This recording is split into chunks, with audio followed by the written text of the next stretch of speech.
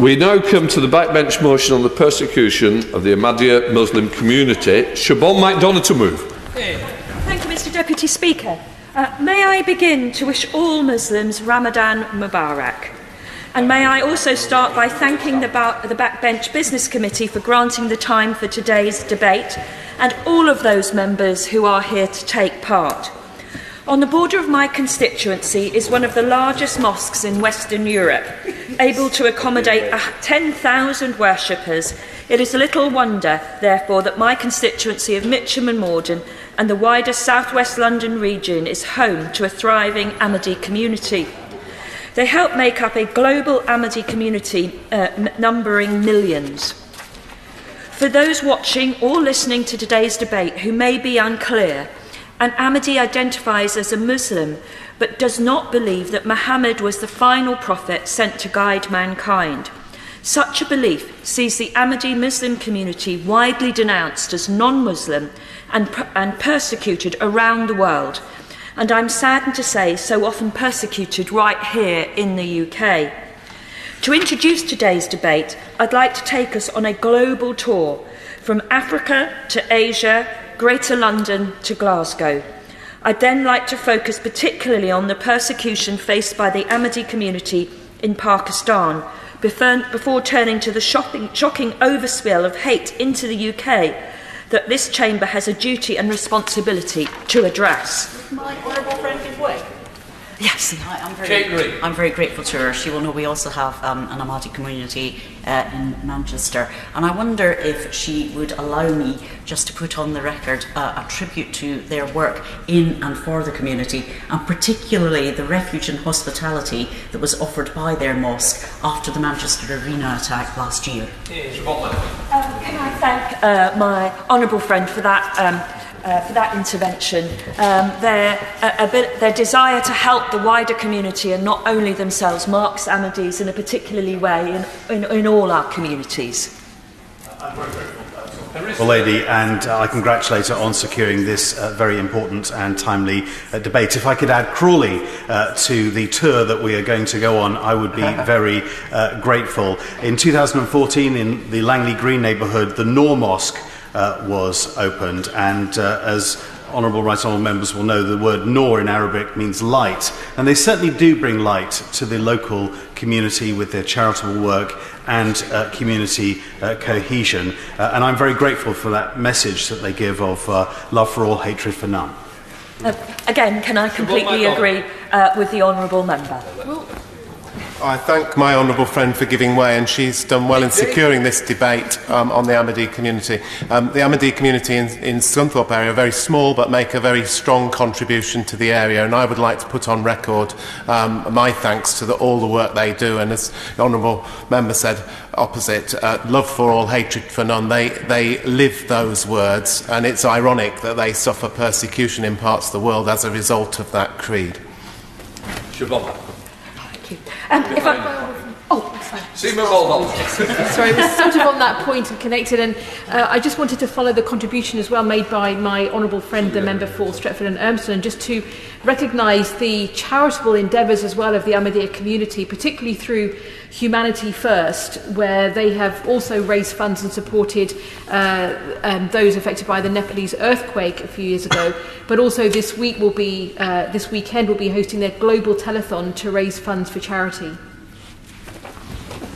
Right, yeah. And just before I carry on with my global tour, I just would like to say that while all the members here recognise the efforts of the Ahmadi community in their constituencies, former members also identify with their work, and I'm delighted that my friend and colleague Tony Coleman, the former member for Putney, is also here to listen to this debate. To our global tour, I begin in Algeria, where an estimated 2,000 Ahmadis live in fear. Just 6 months ago, in December 2017, 50 Ahmadis were tried on charges related to their religion, with sentences ranging from fines to 5 years in prison. They held 280 Ahmadi Muslims across Algeria who have been arrested on the grounds of their faith in the last 2 years alone. We head east to Egypt, home to approximately 50,000 Ahmadis, and it was here earlier this year the Interior Minister, Mr. Magdi Mohammed Abdul Ghaffar, issued orders for the arrest of 25 innocent Ahmadi men and women. But this is just the latest in a long line of persecution against the Ahmadi community in Egypt, with a notable example being the arrest of the community's publications secretary, Ahmed Akateb, to confiscate the publications in his property. Such horrifying persecution can also be found further south, in Burundi. Earlier this year, 13 young Ahmadis were arrested in Bujumbura city, where they were attending a religious education class. The Secret Service raided the mosque and arrested the children on alleged charges of terrorism. For in the eyes of the persecutors, Ahmadi material is seen in such an extremist light. Finally, we head to Asia and specifically to Indonesia, for it is here that the Ahmadi community has existed since 1925, claiming a community of approximately 500,000 people.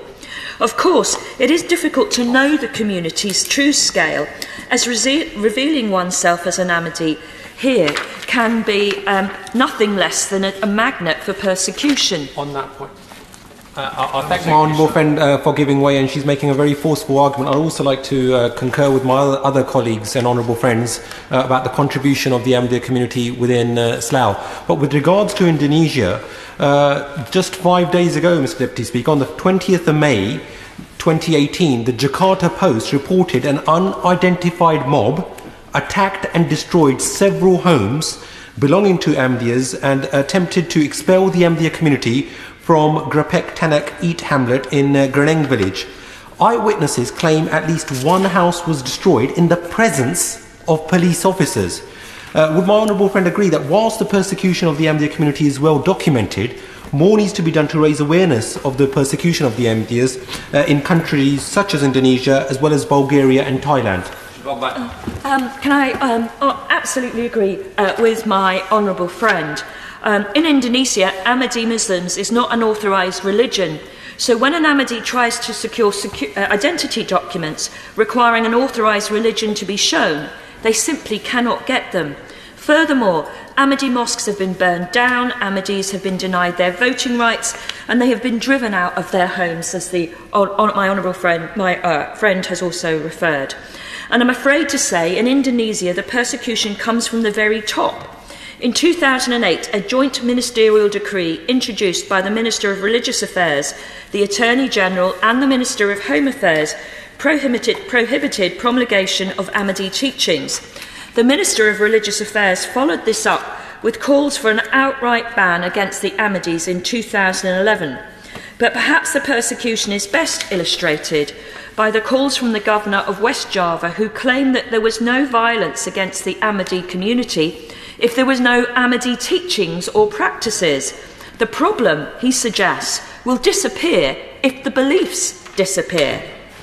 It is no wonderful, therefore, that just last weekend, 23 Ahmadis sought refuge in East Lombok police station, escaping after an angry mob destroyed their homes in an attempt to expel them from the area.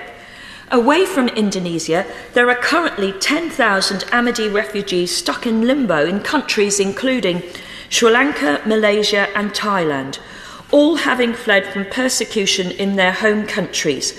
Sri Lanka even tried to deport 88 Ahmadis back to Pakistan in 2014, despite claims that they could be at risk in their homeland.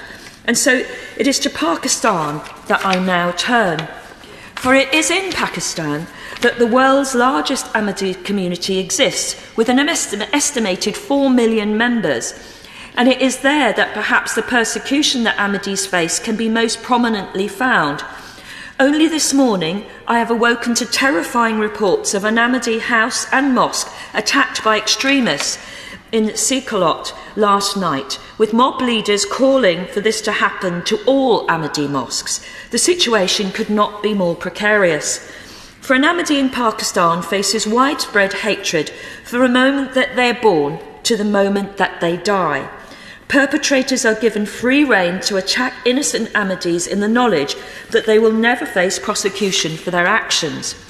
To understand why, we need to revert back 44 years into 1974, when Prime Minister Bhutto amended the Pakistan constitution to declare Ahmadis as non-Muslim for the purpose of law. 10 years later, under General Zaire, the government of Pakistan made it a criminal offence for Ahmadis to call themselves Muslim, refer to their faith as Islam, call their place of worship a mosque, make the call for prayers, say the Islamic greeting, or propagate their faith.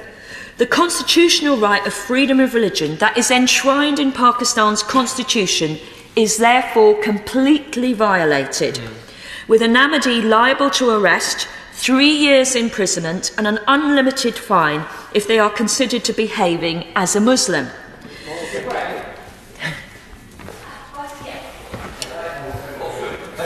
For giving way. She makes an excellent speech and a really moving speech about the pan-global issues faced by the Ahmadi community, but yet the hate in particular in Pakistan is one that many British citizens have faced and why they became British citizens, and indeed none more so than my late fellow Glaswegian Asad Shah, who tragically was murdered in March 2016. He left Pakistan 20 years before, but sadly the hatred and prejudice still follow them right onto the streets of our own country, and it's important to acknowledge that this is an issue that is right in our midst of our own communities, and we have to address it full on. Could I completely agree with my honourable friend? Even His Holiness, the head of the Ahmadi faith, is now based in London precisely because of the persecution in Pakistan.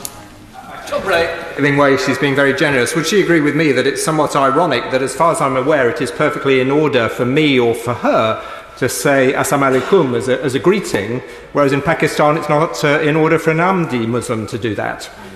Can I completely agree with the honourable member? This was brought out in our hearing only on Monday of the all-party group's investigation.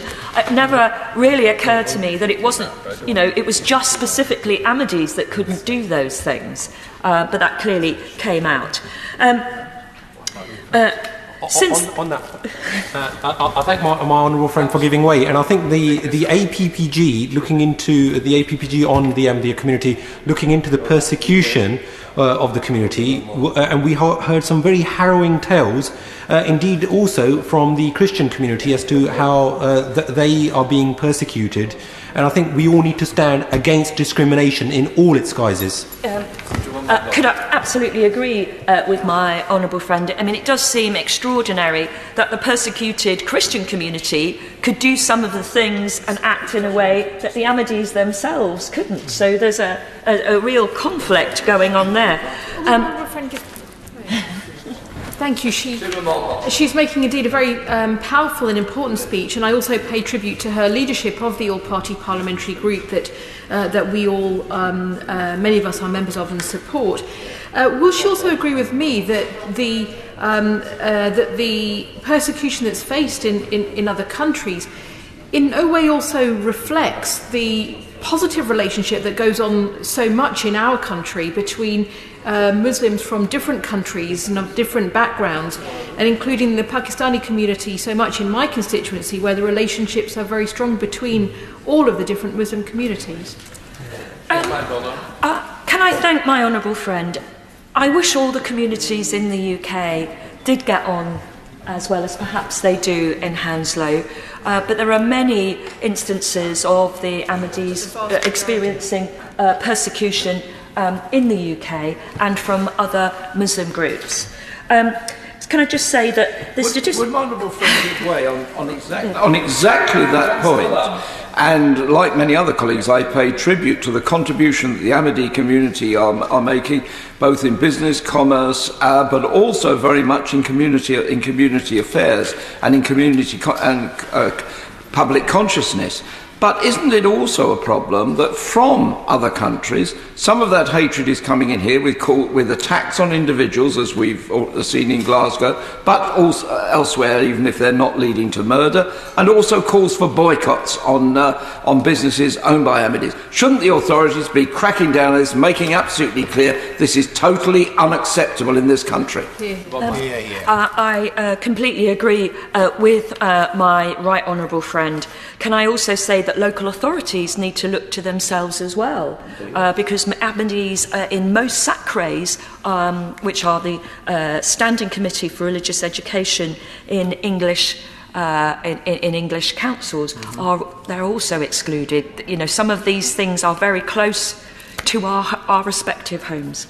If we look at the statistical prosecution, the statistical persecution against Ahmadis in Pakistan, 260 Ahmadis have been killed, 379 have been assaulted for their faith, 27 Ahmadi mosques have been demolished, and 22 have been set on fire or damaged. 39 Ahmadi bodies have been exhumed after burial, and 66 Ahmadis have even been denied a burial in a common cemetery, and all in a country with a constitutional right to freedom of religion. Ahmadis in Pakistan live in constant fear that a baseless accusation will be made against them, with the consequences so often proving life-threatening. The persecution is faced from cradle to grave, and so I'd like to describe the day-to-day reality for an Ahmadi living in Pakistan. When a young Ahmadi in Pakistan attends school, they face immediate persecution. Take Fazana, a 15-year-old schoolgirl who gave an honest and saddening insight to Christian solidarity worldwide in her own words. A few of the other children in my school knew that I am an Ahmadi, and what they did was to go and tell other students. She is an Ahmadi, don't play with her or eat with her, stop treating her normally. Her teachers encouraged this, and this is what I find so hard to understand, and abused her both physically and psychologically. Fazana says that they punished her, used her to strike her with sticks and tell her not to sit with the other kids because she is an Ahmadi and so is not allowed to do that. Fazana has now moved school as a result of her treatment. She has decided not to tell her new friends that she is an Ahmadi so that she is free from the persecution that she sees as inevitable. But the discrimination in its education takes many forms, from nationalising all Ahmadi Muslim schools, expelling Ahmadi students based on their faith, or even the editing out of any Ahmadi Muslims contributing to Pakistan's history. Take Professor Abdus Salam, a groundbreaking scientist famous for the work in the field of physics, which awarded him the first Nobel Prize in Pakistan's history. His faith has led to him being erased from the textbooks.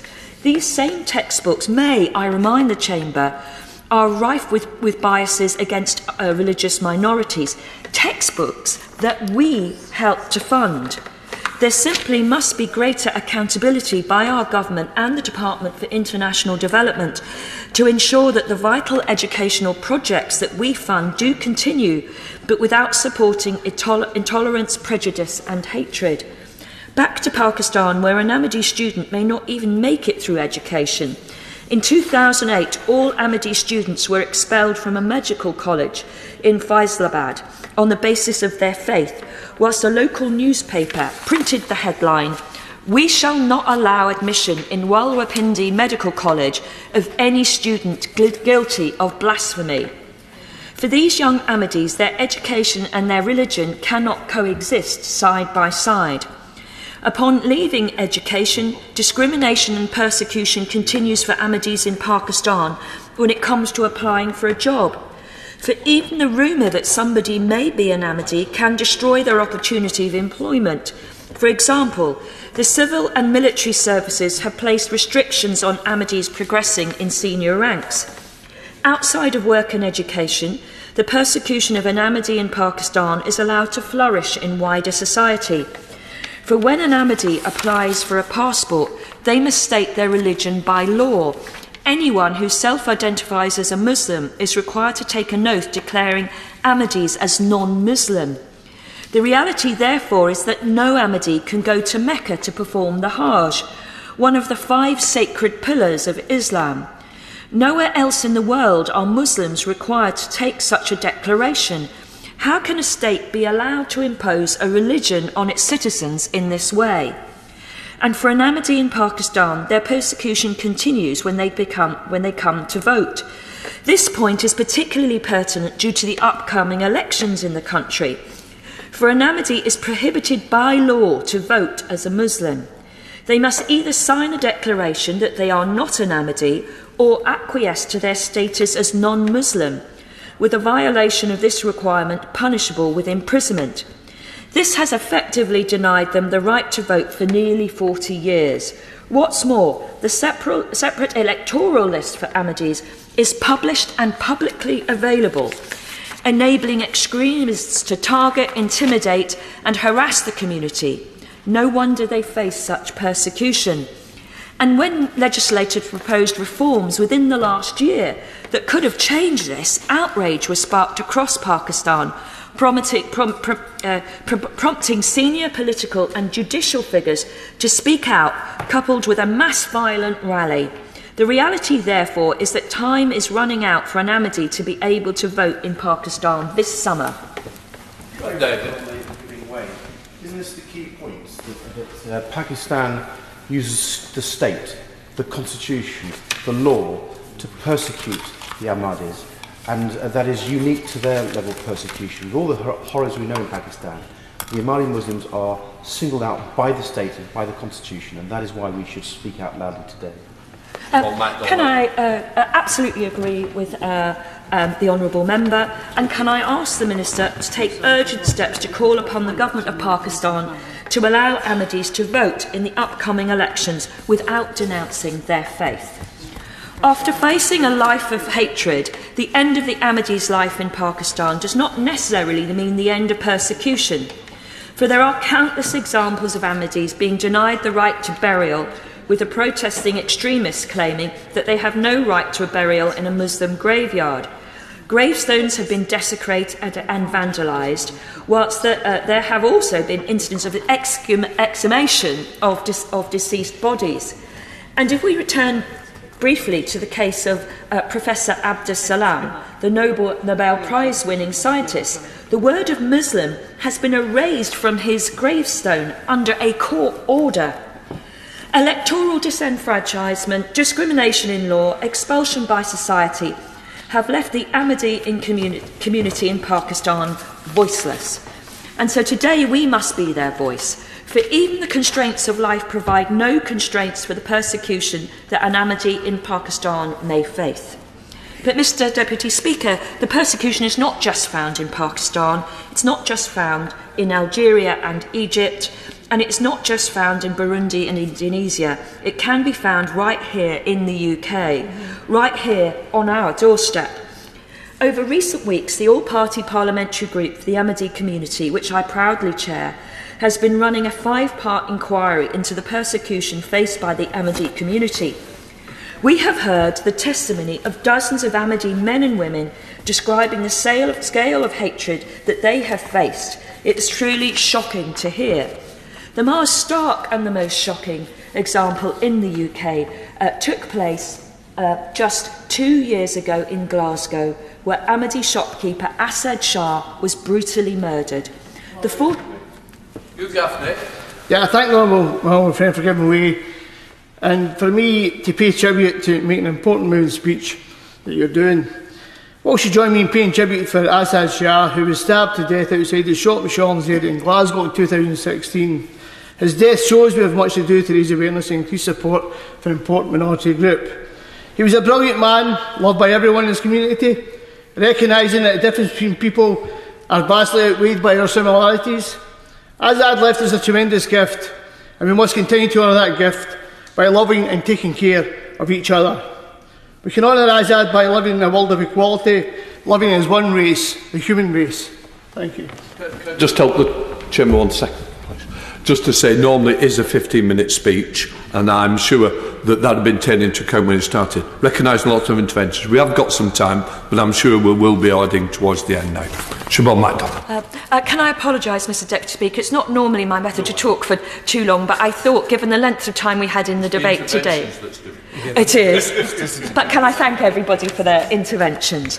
Can I completely agree with my honourable friend and say I understand that the 40-year-old was stabbed in his store, sparking an outpouring of grief from locals for a man who was described as a true gentleman with a heart of gold. For during the police investigations, officers established that the incident was religiously prejudiced, and it was a murder that was celebrated by some on social media right here in the UK. The Katmi Nabawat organisation even posted a congratulations message on its Facebook page.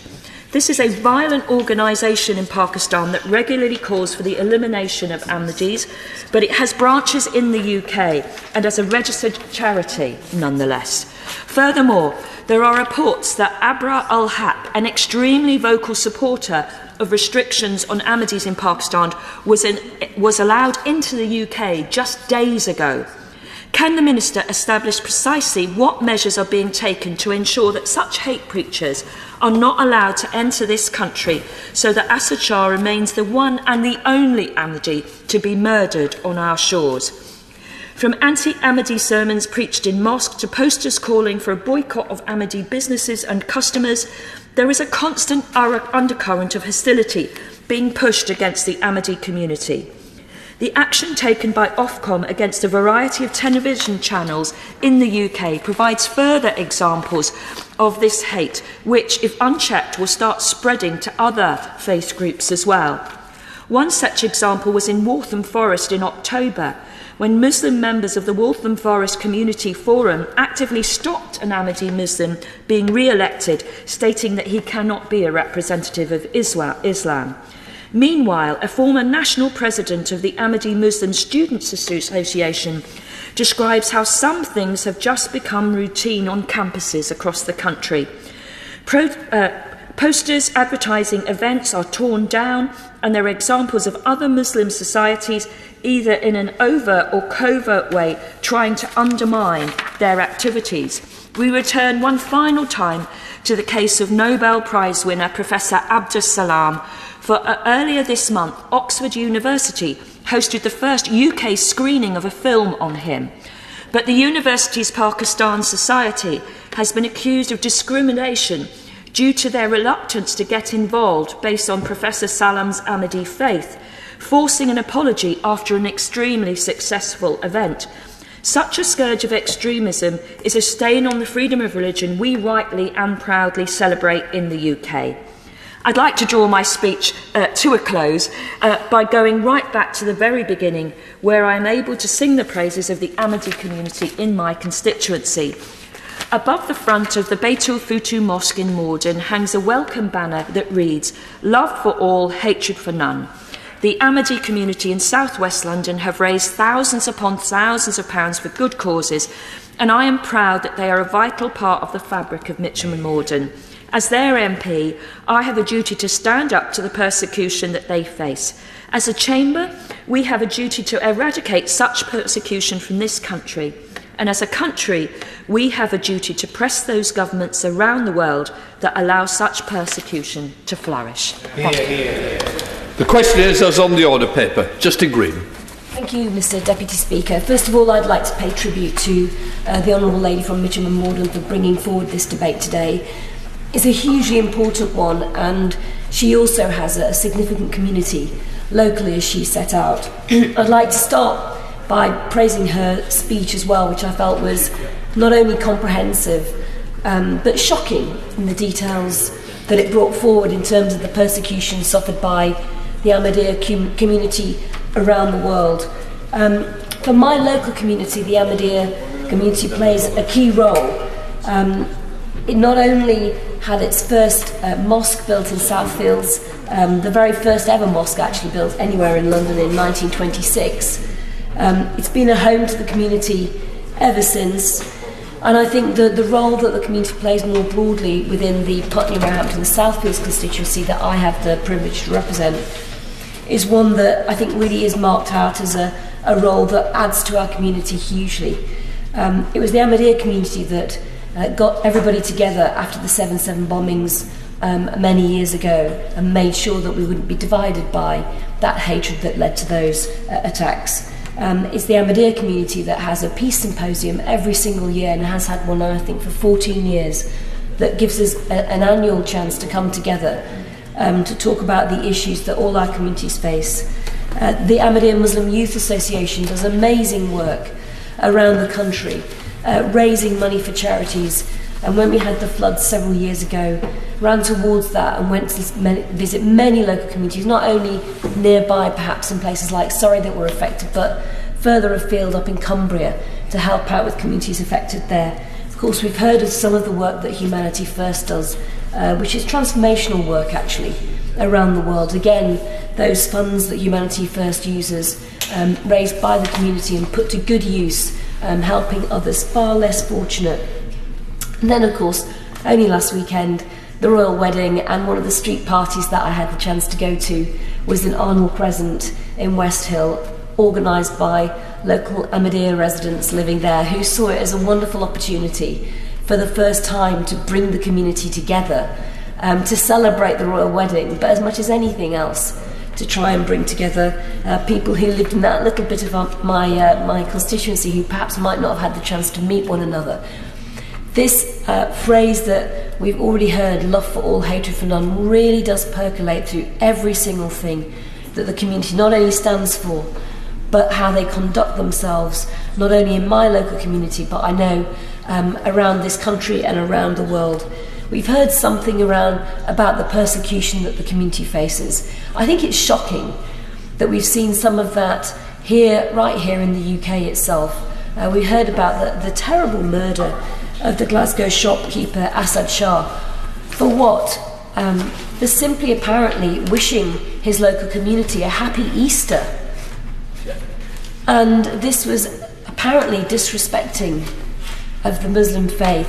What an awful attitude to have towards somebody who was a pillar of the community and someone who clearly played their role every day bringing people together. I draw the House's attention also to some of the quite invidious persecution that happens closer to home.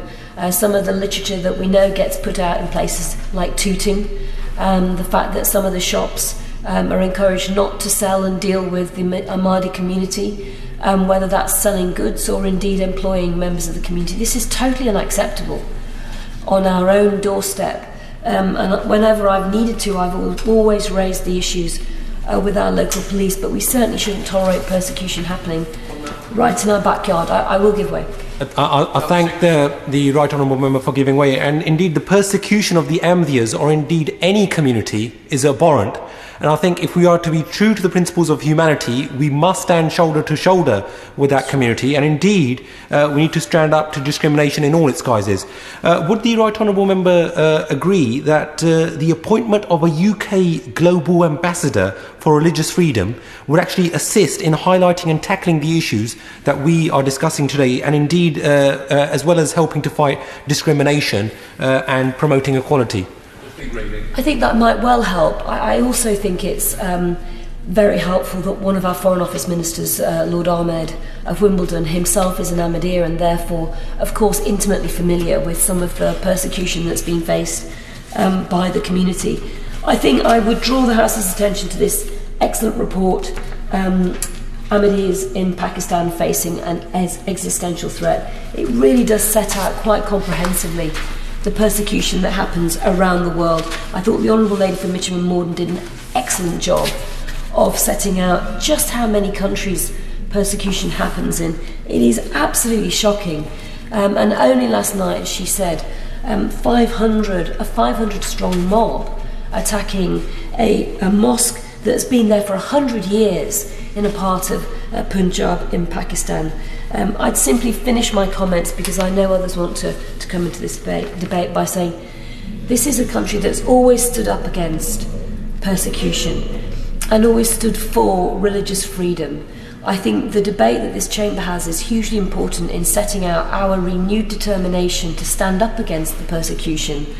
The fact that it is against a community that is really an antithesis of the hatred that so many of those people who carry out the persecution that they have, I think, is the ultimate irony, but I think really sets them apart in so many ways and in a positive way. I'm very proud to have them part of my local community.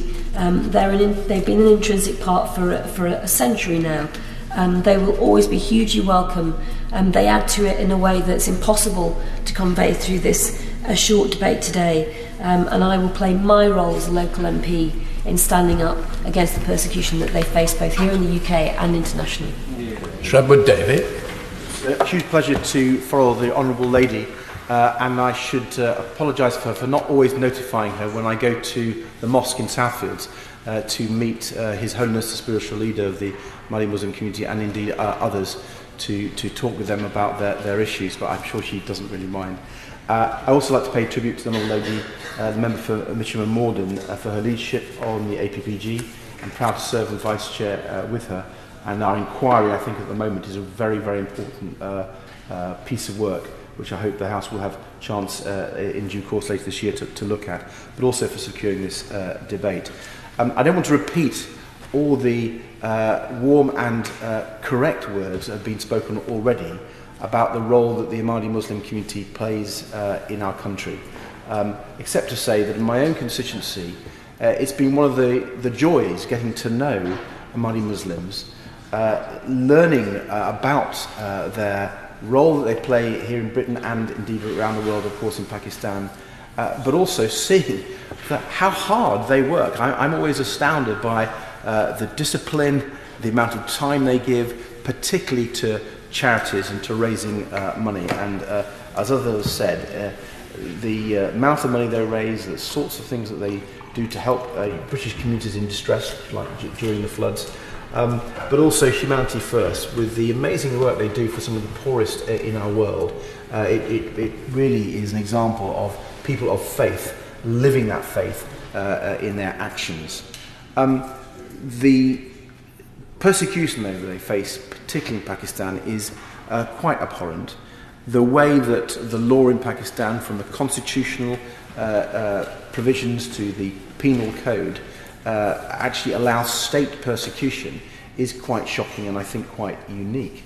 And what it says to the people of Pakistan, many of the people of Pakistan, who I'm sure in many ways are extremely religious and good people, but by the state actually putting it into their laws, it gives a green light to awful behaviour. And it means that people who persecute, who attack, who indeed even murder Ahmadiyya Muslims get away with it. They know they are not going to be prosecuted. They know they are not going to be brought to justice. That means the rule of law does not exist for Ahmadiyya Muslims in Pakistan. And that is what is quite atrocious, and why this country needs to speak loudly and clearly to the government of Pakistan about how this is absolutely unacceptable. Thank you, Mr. Deputy Speaker. Can I ask the Honourable Gentleman, I thought the Foreign Office were quite big on this matter and talking about it quite a lot to the government of Pakistan.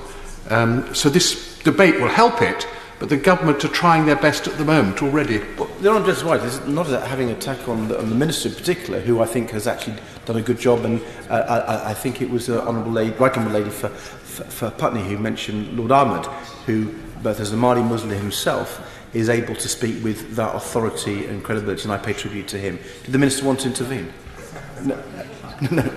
No, never going to miss a chance to have a quick word. May I thank my honourable friend for Beckenham for protecting our interests at the Foreign Office. This is a very, very serious issue. I think all honourable members will appreciate that at times the correct and most effective way to represent interests of any persecuted minority is often in private rather than doing it with megaphone diplomacy. I hope that people will accept that. But there are some very valid points that have been raised already in this debate that I hope to come to when I sum up, and I think particularly in relation to the constitution and penal code that is tightening the rights of minorities in Pakistan. And the Minister, I'm very helpful intervention actually, because he brings to bear what the real issue is for us debating in this chamber about our request to what the government might do. And I do understand that a lot of these types of issues need to be dealt with in private, and we can take his reassurances, I'm sure, that is happening. And I hope he will focus on the issues of the Constitution, and in particular, as the Honourable Lady for Mitcham Morden said, the issues of voting and democracy, because it's quite outrageous that they are prevented from voting in the normal way. I'd also bring to his attention the 3 Ahmadiyya Muslims who were sentenced to death last year, Mr. Mubashir Ahmed, Mr. Ghulam Ahmed, Mr. Ishan Ahmed, who are on death row now. And I know the government, not just in Pakistan but elsewhere, is very clear on our opposition to capital punishment. But this is even worse in the sense that it's because of their faith and their beliefs, which is just so abhorrent. So I hope the Minister can indicate in some way that the rights of such people are being looked at. I think we do need to try to understand, both talking to the Muslim community here in the UK and talking to the Pakistan government, how we can reduce this aggressive extremism. This is one of the outlets that we see in Pakistan. We see extremism and its impact in Pakistan and elsewhere through, for example, the Pakistani Taliban. And we need to work out how we can reduce that, because what we've learned already from the inquiry is that this persecution, yes, it is state allowed, state permitted, but it is actually ubiquitous in Pakistani society. And it's that I find most frightening. Would the Right Honourable Member agree with me? The most frightening thing that's come out of our inquiry to date is that younger people are more anti-Ahmadi in Pakistan than older people. In the West, we always expect the younger to be more liberal. That is not currently the case in Pakistan, and that is very frightening. I absolutely agree, and it's where I want to push the Minister a little bit more, because while we do accept that sometimes we have to tread quietly on these issues, I am alarmed that the persecution of the Ahmadis there's almost a degree of acceleration in it. The murders, the assaults, the way that we see even from last night, mosques being attacked. There's a concern there that this is becoming endemic and deep-rooted, particularly through the education, the textbooks that children are seeing. And now, I don't want to go too far along this road, but those of us who have had the privilege with the Holocaust Education Trust to visit Auschwitz and learn about the 8 steps to genocide, some of what is happening to the Ahmadi Muslims does ring awful bells.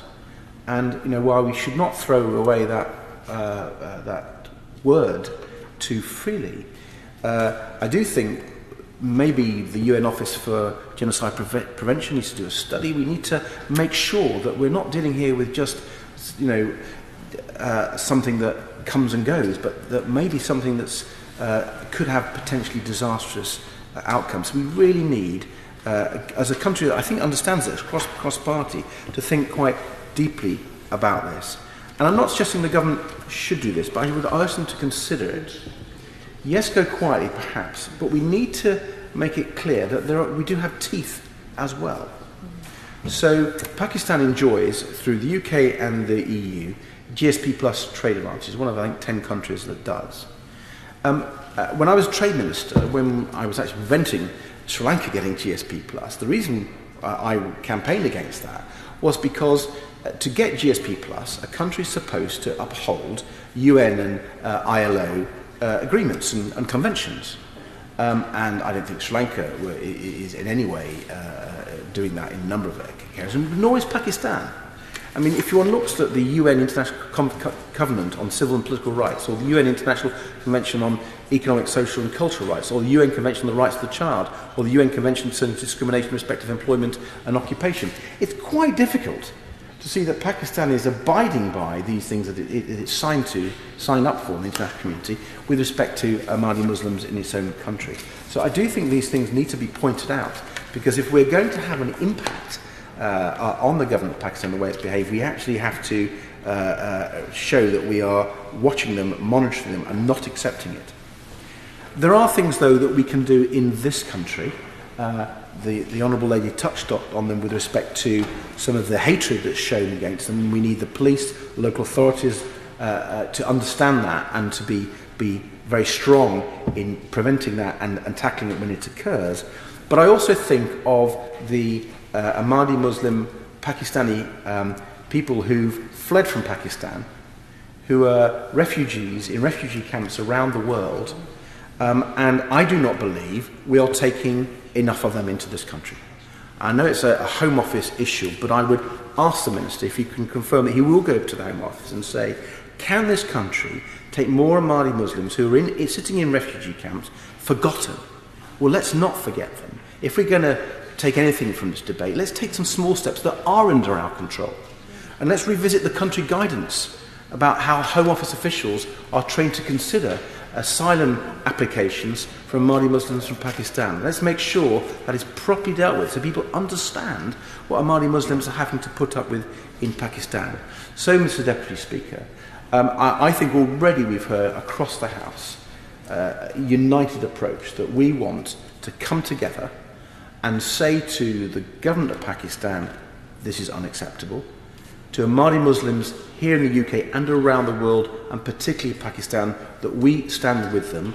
We will campaign for their rights and campaign for their right to have religious freedom and basic human rights, and we will not rest until that happens. Alan. Mr. Speaker, it's a great pleasure to follow the Right Honourable Gentleman, and may I also say the speeches from my Right Honourable friend from Putney and the Honourable Lady, who's almost an honourable friend from Mitcham and Morden, as we share a border. And in particular, she knows, as she referred to it earlier, the Bat El Fatul Mosque spans our two constituencies. It's where we meet. It's, as she rightly pointed out, the largest in the United Kingdom, and it is the rumoured to be the second largest in Europe. And like my Right Honourable friend for Putney and many others in this House, I've been pleased to visit over many years, and of course to visit the mosque in Putney. The Ahmadiyya community were one of the first when I was first selected as a candidate some 18 years ago now, to come and see me and to say, this is what we're doing in the community, how can we work together? They take part in a number of community events, and I think I just want to stress that right at the beginning before we get on to some of the more details. The work that already has been described in a number of the speeches, but the community litter days, the fact that the Junior Poppy Collection Day, supporting the people who stood up for freedom in this country and the world when it was required in those dark days 70 years ago. They recognise the memory of that, and that is symbolic, I think, for this debate as well to debate. They also, Mr. Deputy Speaker, afforded me the most amusing first moment of my year as a Member of Parliament. They have every year a huge jalsana from the community all around the world. In those days it was in Alton, it's now moved to a bigger farm in northwest Hampshire. And my wife said to me as we drove off, you're speaking at this event this afternoon, how many people, have you prepared something? I said, darling, it's a religious ceremony. If we're lucky, it'll be a couple of hundred people. You will imagine my surprise, Mr. Deputy Speaker, when I stood up and addressed 30,000 people live and another couple of million on the TV, as they reminded me. So that was a salutary lesson always to try and be prepared when you're standing up to make a speech, wherever you make it. Can I get on to the serious points about today? Because I tried to make an initial serious point about how they are integral to my community and integral to so many members across the House. This is a community that encompasses and epitomises exactly what its slogan is, and they do it in practical ways. Love for all, hatred for none. And we've seen that. And therefore, all of us in this House stand up for the ability to speak freely, to practice freedom of religion, freedom of political expression, and to ensure that people are not allowed to prosecute hate in their speech or in their actions. And quite rightly, in the Honourable Lady's tour around the world, she concentrated on Pakistan, and I think that people are right to do so. But she rightly also pointed out, as the Right Honourable Member has just done, that there are a number of issues that we need to look at. If we espouse these values in this House, we should espouse them in the actions in our country as well. And one or two people have talked about worrying developments in terms of hate preachers coming to the UK and deliberately now infusing some of the other mosques with hate against the Ahmadiyya community. I know from local experience there was a widespread boycott campaign of Ahmadi businesses, shops, which was absolutely prosecuted by some of these hate preachers. And the Honourable Lady was right to point out about the television programme in Waltham Forest, but a Radio 4 documentary, Extremism Hidden in Plain Sight, revealed recently that certain Urdu newspapers in the UK, particularly popular amongst elements of the Pakistani community, were running deliberate hate campaigns against the Ahmadiyya community. And so whilst I understand this is a debate about persecution in the world, the Right Honourable Gentleman is right that we hope that in his response today the Minister will recognise that he will speak to Home Office colleagues to make sure that we are doing all that we can to make sure that persecution doesn't happen in this country. And so when we speak with a voice to the outside world, we can speak with the surety that we're acting to drive out that extremism and that hate in this country.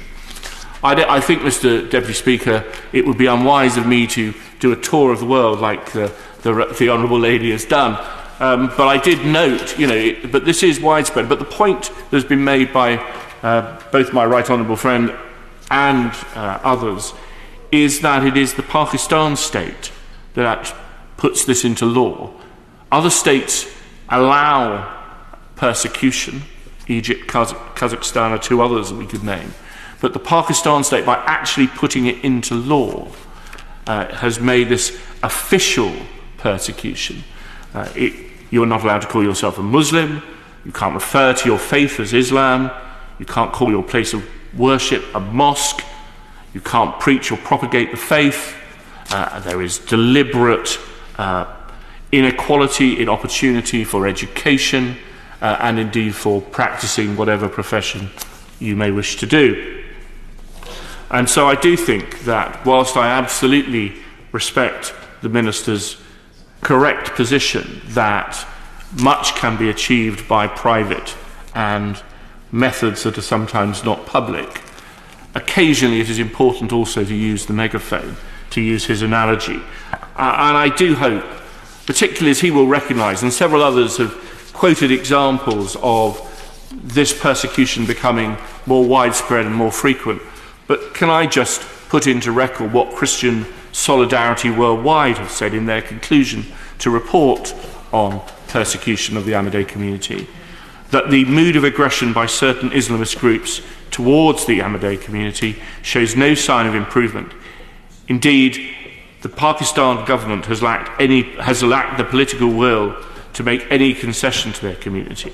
They go on further that the exclusionary nature of politics has steadily grown since the creation of Pakistan, and that is playing an important role in other states in the world.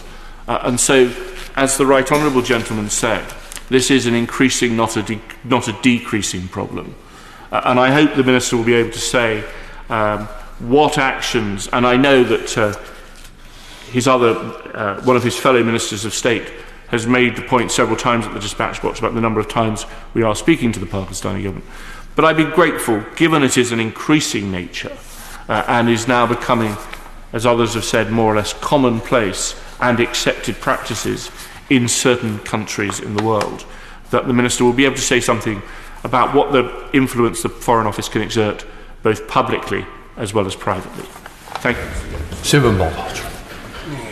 Thank you, Mr. Deputy Speaker. It is indeed an honour to be able to speak in this important debate today, and to congratulate also my honourable friend, the member for Mitcham and Morden, for securing this debate and the work that she is doing through the APPG.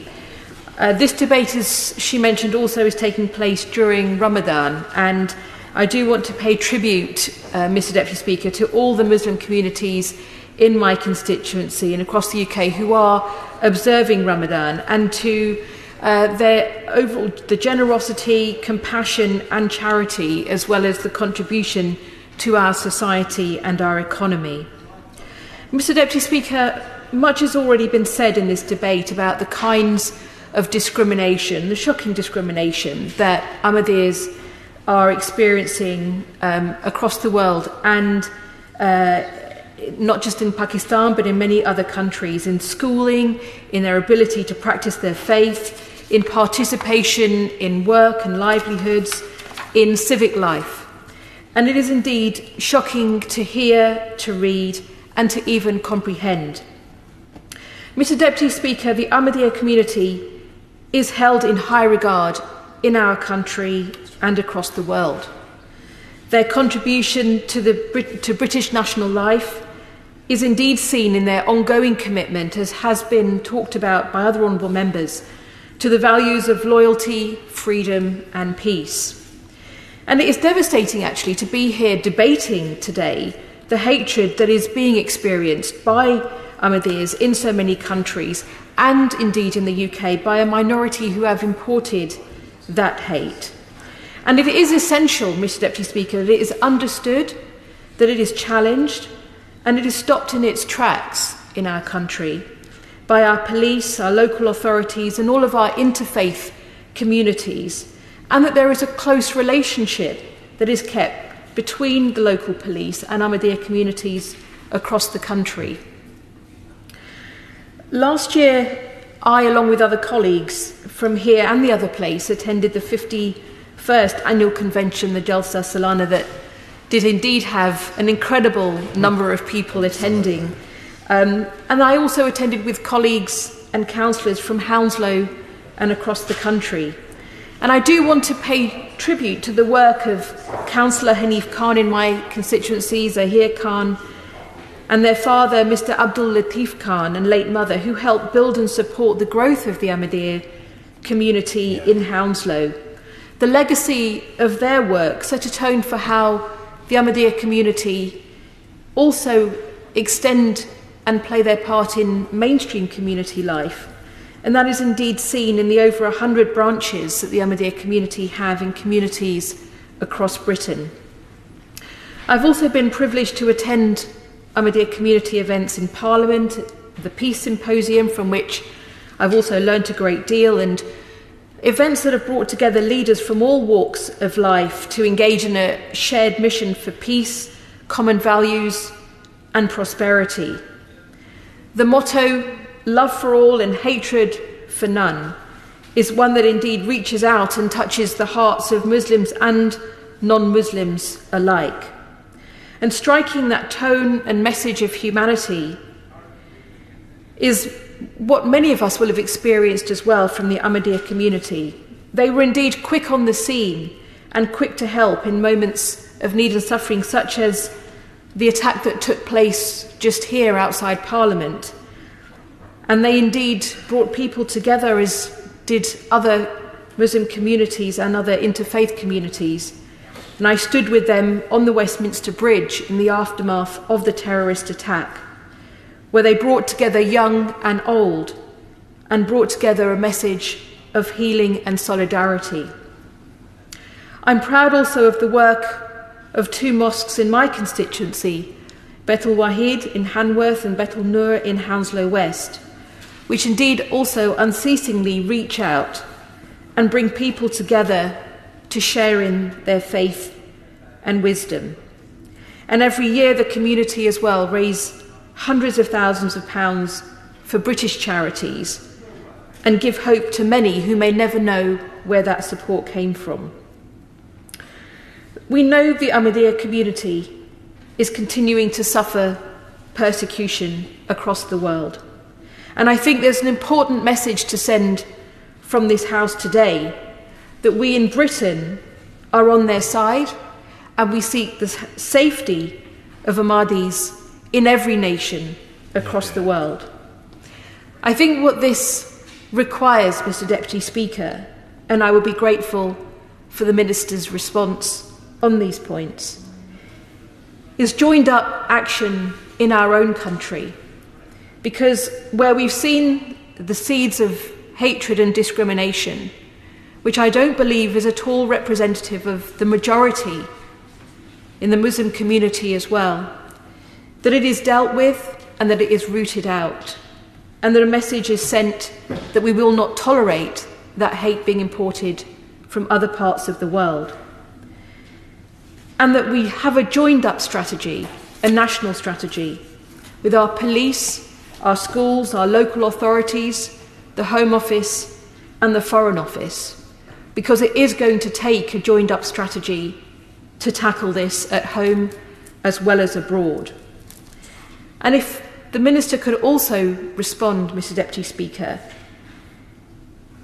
as to whether this has been raised by the Foreign Office with the UN, because I do think it is important that where we see hatred in this way, which goes against Article 18 of the Universal Declaration of Human Rights as well, which requires states to guarantee the freedom of religion and belief, that we have a way in which we stand together as nations to root out this hatred and to make sure that Ahmadis are free to practice their religion and their faith in every country across the world. Paul Scott. Assalamu alaikum, Mr Deputy Speaker. It's peace be upon you. It's something that's a seemingly inoffensive but very traditional and very heartfelt greeting in all parts of the Islamic world. But as we've heard, the fact that I can say it here, the fact that Ahmadiyya community can say it here in the UK, I can go to Pakistan, and as I do when I go to Bangladesh, and say Assalamu alaikum as a mark of respect to my to Bangladeshi friends and people that I'm meeting for the first time. I could go and do that in Pakistan, but unfortunately the Ahmadiyya community that live there cannot. As we've heard, they can't have a call to prayer, they cannot self-identify as Muslims, and I've spoken in this place a lot about the Rohingya situation, and before last August when the situation exploded and people were pushed out into Bangladesh and persecuted in that way on the thing that people have described as ethnic conflict. The first identifiable thing that people raised about the taking away of their citizenship of the Rohingya people was their inability to vote. I met the daughter in Burma of a former MP. So not only was he not an MP, he could no longer even vote in his own country. And so you get the sense that that seemingly fundamental and simple right, that when it's taken away, can really risk leading into something so much worse. And we've seen attacks. We've already heard about the attack on the mosque in Sialkot in Punjab, where the 100-year-old mosque was attacked during the night with a violent mob. The house next door was damaged. Local administrators and police and journalists were all at the site when it was going on, but they were just powerless to do anything. They were helpless to do anything, just stood by as spectators, while people were just running around, continuing unabashed with the destruction of the Ahmadiyya property. We've also talked about heard already today, about how that violence and that lack of even any sense that an Ahmadiyya Muslim could be even human, frankly, is in this country with the murder of Assad Shah. The fact that someone actually drove from Bradford to confront a Glaswegian shopkeeper and then stab him on the doorstep of his own shop. How could that even be possibly humane in any one sense? I remember speaking to, I often mention it again, the foreign minister, DFID minister, the member for Central Bedfordshire, when he talked about his experience in the foreign ministry, is when he talks about the fact that when people are effectively considered subhuman, there is no depths to which they won't go to punish them, to hurt them, and to damage them. And I really hope that this is not the thin end of the wedge. That at some point in the future we are not going to see an extension to this persecution to go so much further in terms of the violence that we've seen elsewhere in the world. The thing about the Ahmadiyya Muslims is that they are fantastic advocates for what's going on around the world. They're a very tight and a very aware community There's an independent charity that had a recent report, I think the last report, which the APPG is doing fantastic work, and I must pay testament to the member for Mitcham and Morden, honourable member for Mitcham and Morden, not only for her speech and for bringing this debate here today, but for the work in leadership. I'm absolutely delighted to be serving alongside her on that important bit of work in particular that we're doing in taking that testament. The last report that I'm aware of that was done in any great length was by the International Human Rights Committee, where a group that specialise in Ahmadiyya affairs. And the forward talked about the systemic nature of their persecution. They're talking about Pakistan's draconian blasphemy laws. Even Prince Charles in there actually in a speech had talked about the fact that the scale of religious persecution around the world in general is not widely appreciated, nor is it limited to Christians in the troubled regions of the Middle East. A recent report suggests that attacks are increasing on Yazidis, Jews, Ahmadis, Baha'is and many other minority faiths. And it is a sense of we must keep having these debates, we must keep these conversations going, because it is so important that we make people aware of what is happening to these people around the world, including in this country. The key findings, some of the key findings of that report were the fact that anti-terror laws are being used in Pakistan, being misused against Ahmadis and other religious minorities. We've heard about the fact that educational texts promote intolerance and hatred, particularly syllabus for religious education, and that nationalised schools and colleges of Ahmadis have still not been returned to the Ahmadi community in accordance with the Pakistan government's policies. And effectively, the constitutional amendment of 1974, designating Ahmadis as non-Muslims, laid the foundation for many, many years of hardship and persecution for this Muslim sect. And then this just really is now entrenched in Pakistan. So we do have to, as the Minister has said, not use megaphone diplomacy, but we must use every lever that we have that these people, this important community around the world, but in particular in their the homeland of Rabwah, in particular in Pakistan, that can actually feel free to express themselves and worship in the way, the form that they feel is appropriate. We've heard some of the fantastic things already in the debate about the wonderful things that the Ahmadi community do. I remember going up to Trafalgar Square just after the Westminster attack. First people I saw was the big banner, Love for All, Hatred for None. It was the young Ahmadiyya community that were there right at the forefront, having solidarity with what we'd seen. I'm looking up at the plaque of Jo Cox here, and again, when she was murdered, I know a lot of us felt at probably the lowest point. I certainly felt at the lowest point in my short 3 years of it being in this place. And I took great succour, actually, out of the way that, again, the Ahmadiyya community came together to pay their tributes and to really metaphorically put their arm around us to say, you know, these violent attacks, these violent extreme attacks must have no place in this country or anywhere in the world. And that's really the basis of the annual Peace Symposium that we have at the Battle of Futteh Mosque. And actually those peace symposiums are replicated with smaller communities, Ahmadi communities as well. The Sutton Ahmadi community hold a smaller one in my local area, and I'm always pleased to go and listen to what they say, to share messages of peace with my neighbours, frankly. The Ahmadi community were again amongst the first people to be volunteering at Grenfell. They are so aware of what's going on. Going back to the Rohingya situation, and I think the honourable lady talked about the wonderful work they do raising money for charity. I went to the telethon in the Battle of Futteh Mosque where they raised £140,000 in just 4 hours for the Rohingya community in Burma, and that was absolutely testament to, it just drives them.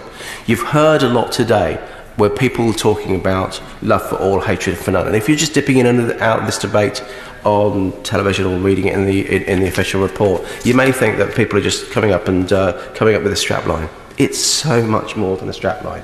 It really does it's all at the beating heart of every single member of the Ahmadiyya community.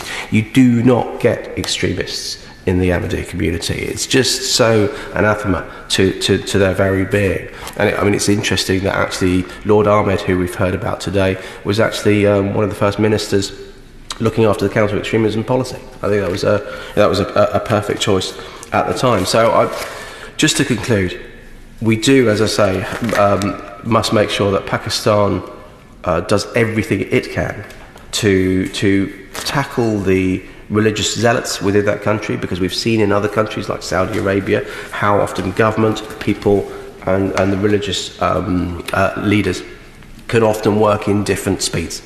And we must make sure that we can help them effectively all align to say, although they will fundamentally disagree with the beliefs of the Ahmadiyya Muslims, clearly they're going to do that if they believe that Muhammad is the last prophet and the Ahmadis do not. There is no way you're going to reconcile that. But that does not mean the Ahmadiyya Muslims should not be able to celebrate, worship their religion and live in peace. On break. Mr Deputy Speaker, and can I say what a pleasure it is to follow my neighbour. We don't see eye to eye on many issues, but I think in relation to this we certainly do. And I think are both advocates of campaigning against the persecution of the Ahmadi community and indeed religious communities more widely.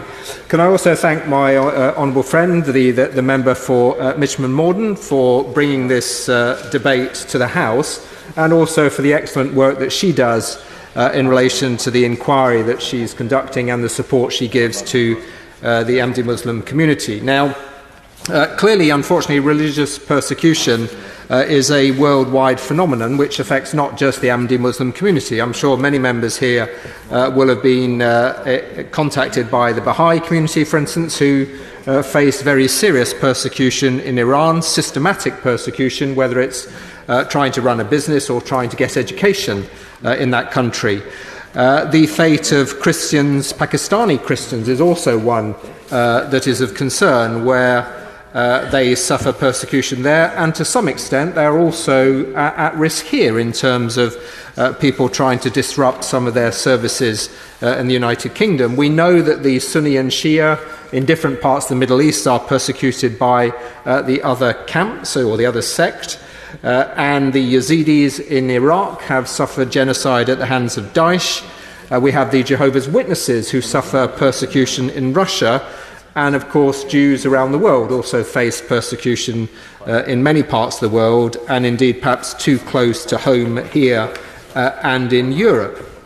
So it's not just, unfortunately, an issue that affects the Ahmadi Muslim community, but obviously I welcome the fact that the debate this afternoon is focused on them. A number of members have referred to the motto, love for all, hatred for none, which they live by. As the member for Sutton and Cheam said, it's not just a motto or a strap line. It's not something that they just put on a leaflet or a website. It's something that they follow and observe in their daily lives.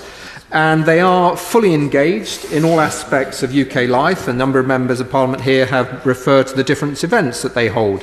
The Peace Symposium, the Jalsa Salana, an event which also I have attended on a number of occasions, and was, I think, not only surprised at the scale of it in the United Kingdom, but indeed the reach that it had around parts of the world, including, I think, sort of permanent or live coverage for the TV from Ghana, for instance, where they were covering that event. They hold a very successful annual fundraising march, and I suspect that a number of members here have suggested to the community some charities that they should support, and they have indeed done so very generously. I'm very proud that they are able to practice their faith here without any risk or reservations, and that is something that we must ensure continues, because rightly a number of members have pointed out that even in the United Kingdom, with the murder of Assad Shah, there have been issues, as there have by leaflets circulated by an organisation called Khatam et Nabuat, who have been circulating leaflets which frankly should never have been allowed off the printing press. Now, I hope when the Minister responds that he will be able to say perhaps a little bit about what discussions the government have with social media and Facebook in particular, in terms of we have issues with Facebook not taking down posts quickly enough. Is there evidence, and certainly I think the Ahmadiyya Muslim community have presented evidence that in fact on social media there are significant issues? Have the government had a dialogue with Facebook and other social media providers about how they tackle these issues and how quickly they tackle them? Ofcom, in the briefing that was supplied, there were some examples where Ofcom have taken action.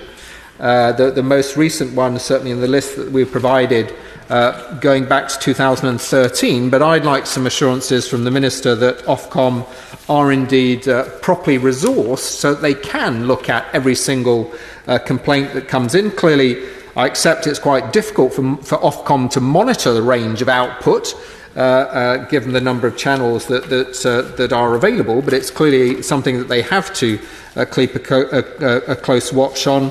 And I hope that they are properly resourced to do that.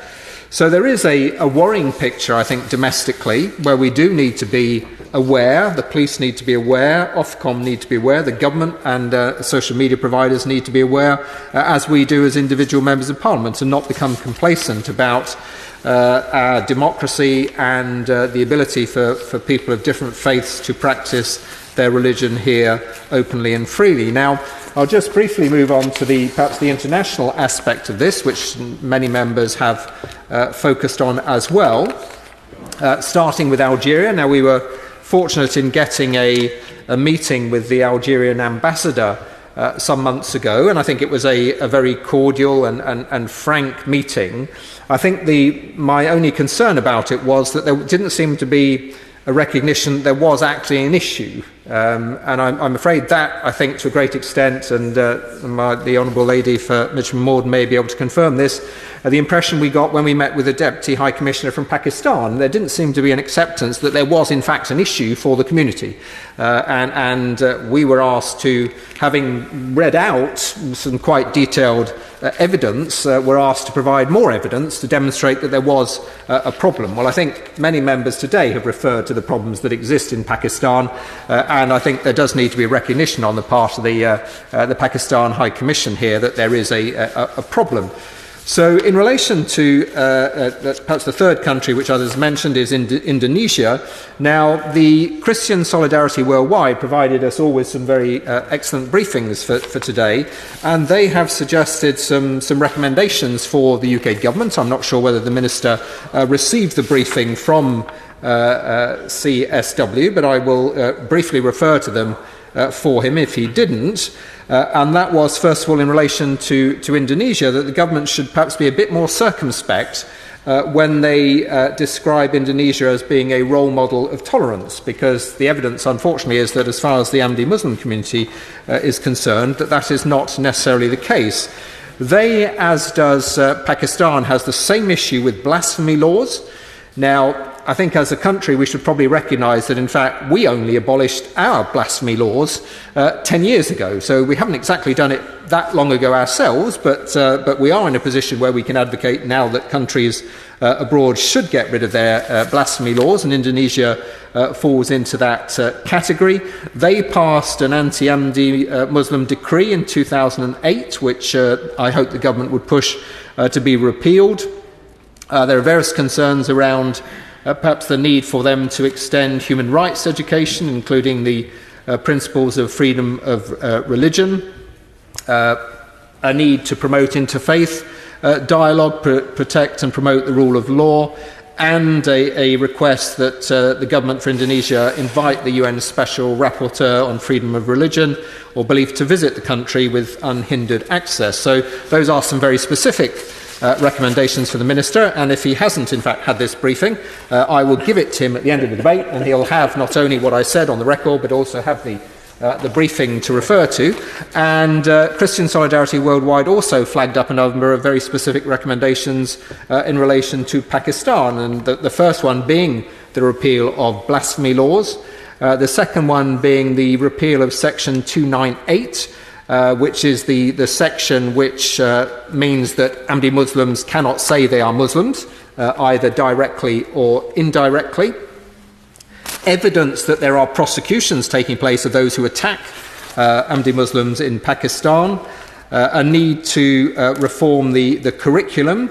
A number of members have referred to this, the issue about the textbooks teaching things which are a direct threat to the Ahmadi Muslim community, and I accept that for the UK government is a bit of a dilemma about whether we invest in education in Pakistan or whether we don't. I think on balance it's much better that we do. It's better that the UK government is making that contribution and providing education rather than perhaps relying on religious institutions to do that sometimes, which may promote an agenda which is not favourable towards the Ahmadi Muslim community. Restoring the Ahmadi Muslim schools, something that the Ahmadi Muslim community complied with all the requirements for, I think, as long ago as 12 years, but are still waiting for that to happen. Safeguards, the sort of safeguards that we advocate around the world in terms of safeguards for human rights defenders. Ensuring that no seminary is spreading hate speech or hate material, and encouraging Pakistan to move towards a more democratic and pluralistic society. Well, obviously that's quite a wide request for the UK government, but there are some very specific ones there, which I think, given that the UK government does have a positive relationship with Pakistan, is a contributor in terms of international development funds, has a security relationship with them as well, is in a position to exercise some or exert some leverage. So just to conclude, Madam Deputy Speaker, this is a very timely debate. I think it's a debate where all members have reflected the very, very significant contribution the Ahmadi Muslim community make to the United Kingdom. We are all very proud of that, and we in this Parliament on either side of the House should do everything we can to defend their rights to practice their religion here and indeed to practice their religion abroad. Zach Gould. Thank you very much, Deputy Speaker, and I have to start by apologising for having missed the opening speeches. I did indicate to the Speaker that would be necessary, but I'm nevertheless sorry not to have heard the opening remarks from the Honourable Member for Mitcham and Morden, and I congratulate her on securing this vital debate. Also an honour and a pleasure to follow the Honourable Member for a wonderful seat, none of whose name I've currently forgotten. That's right, Carshalton, thank you.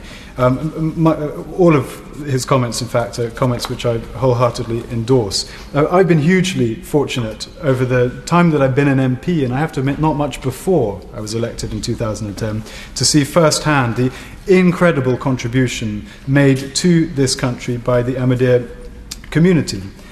We hear all the time, rightly, about the need for better, stronger integration of our diverse communities, and this is at the very heart of the values that run right the way through the Ahmadiyya community. And it angers me that that community has faced and continues to face so much persecution around the world.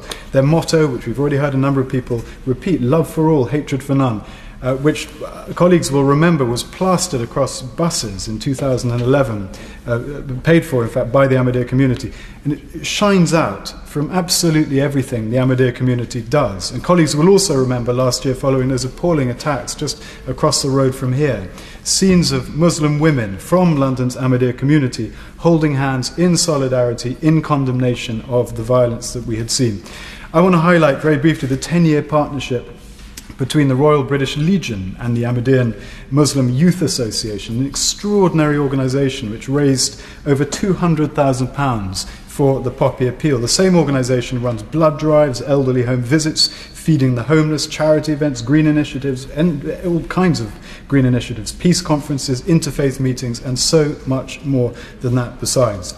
Last year, like other members here, I had the tremendous honour of being invited to the Jalsa Salana, the annual convention of the Ahmadis, which saw around 35,000 people from all over the world coming together to hear the Ahmadiyya message of unity, understanding and mutual respect. And I left that event, as I know my honourable friends did, with a bounce in my step. I was inspired by the single-minded commitment of absolutely everyone there to peace, to harmony and to decency.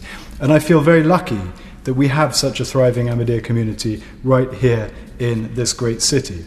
But despite all this, Despite their amazing contribution, wherever they are in the world, the Ahmadiyya community is one of the most persecuted groups of people on earth. And as members will be aware, Pakistan, a country with which I have great and deep familial links and a great love, is tragically at the heart of much of this persecution. Indeed, we heard only last night that a mob of 500 people reported to have attacked a 100-year-old mosque in Punjab. We don't yet know what the cost was in terms of human suffering.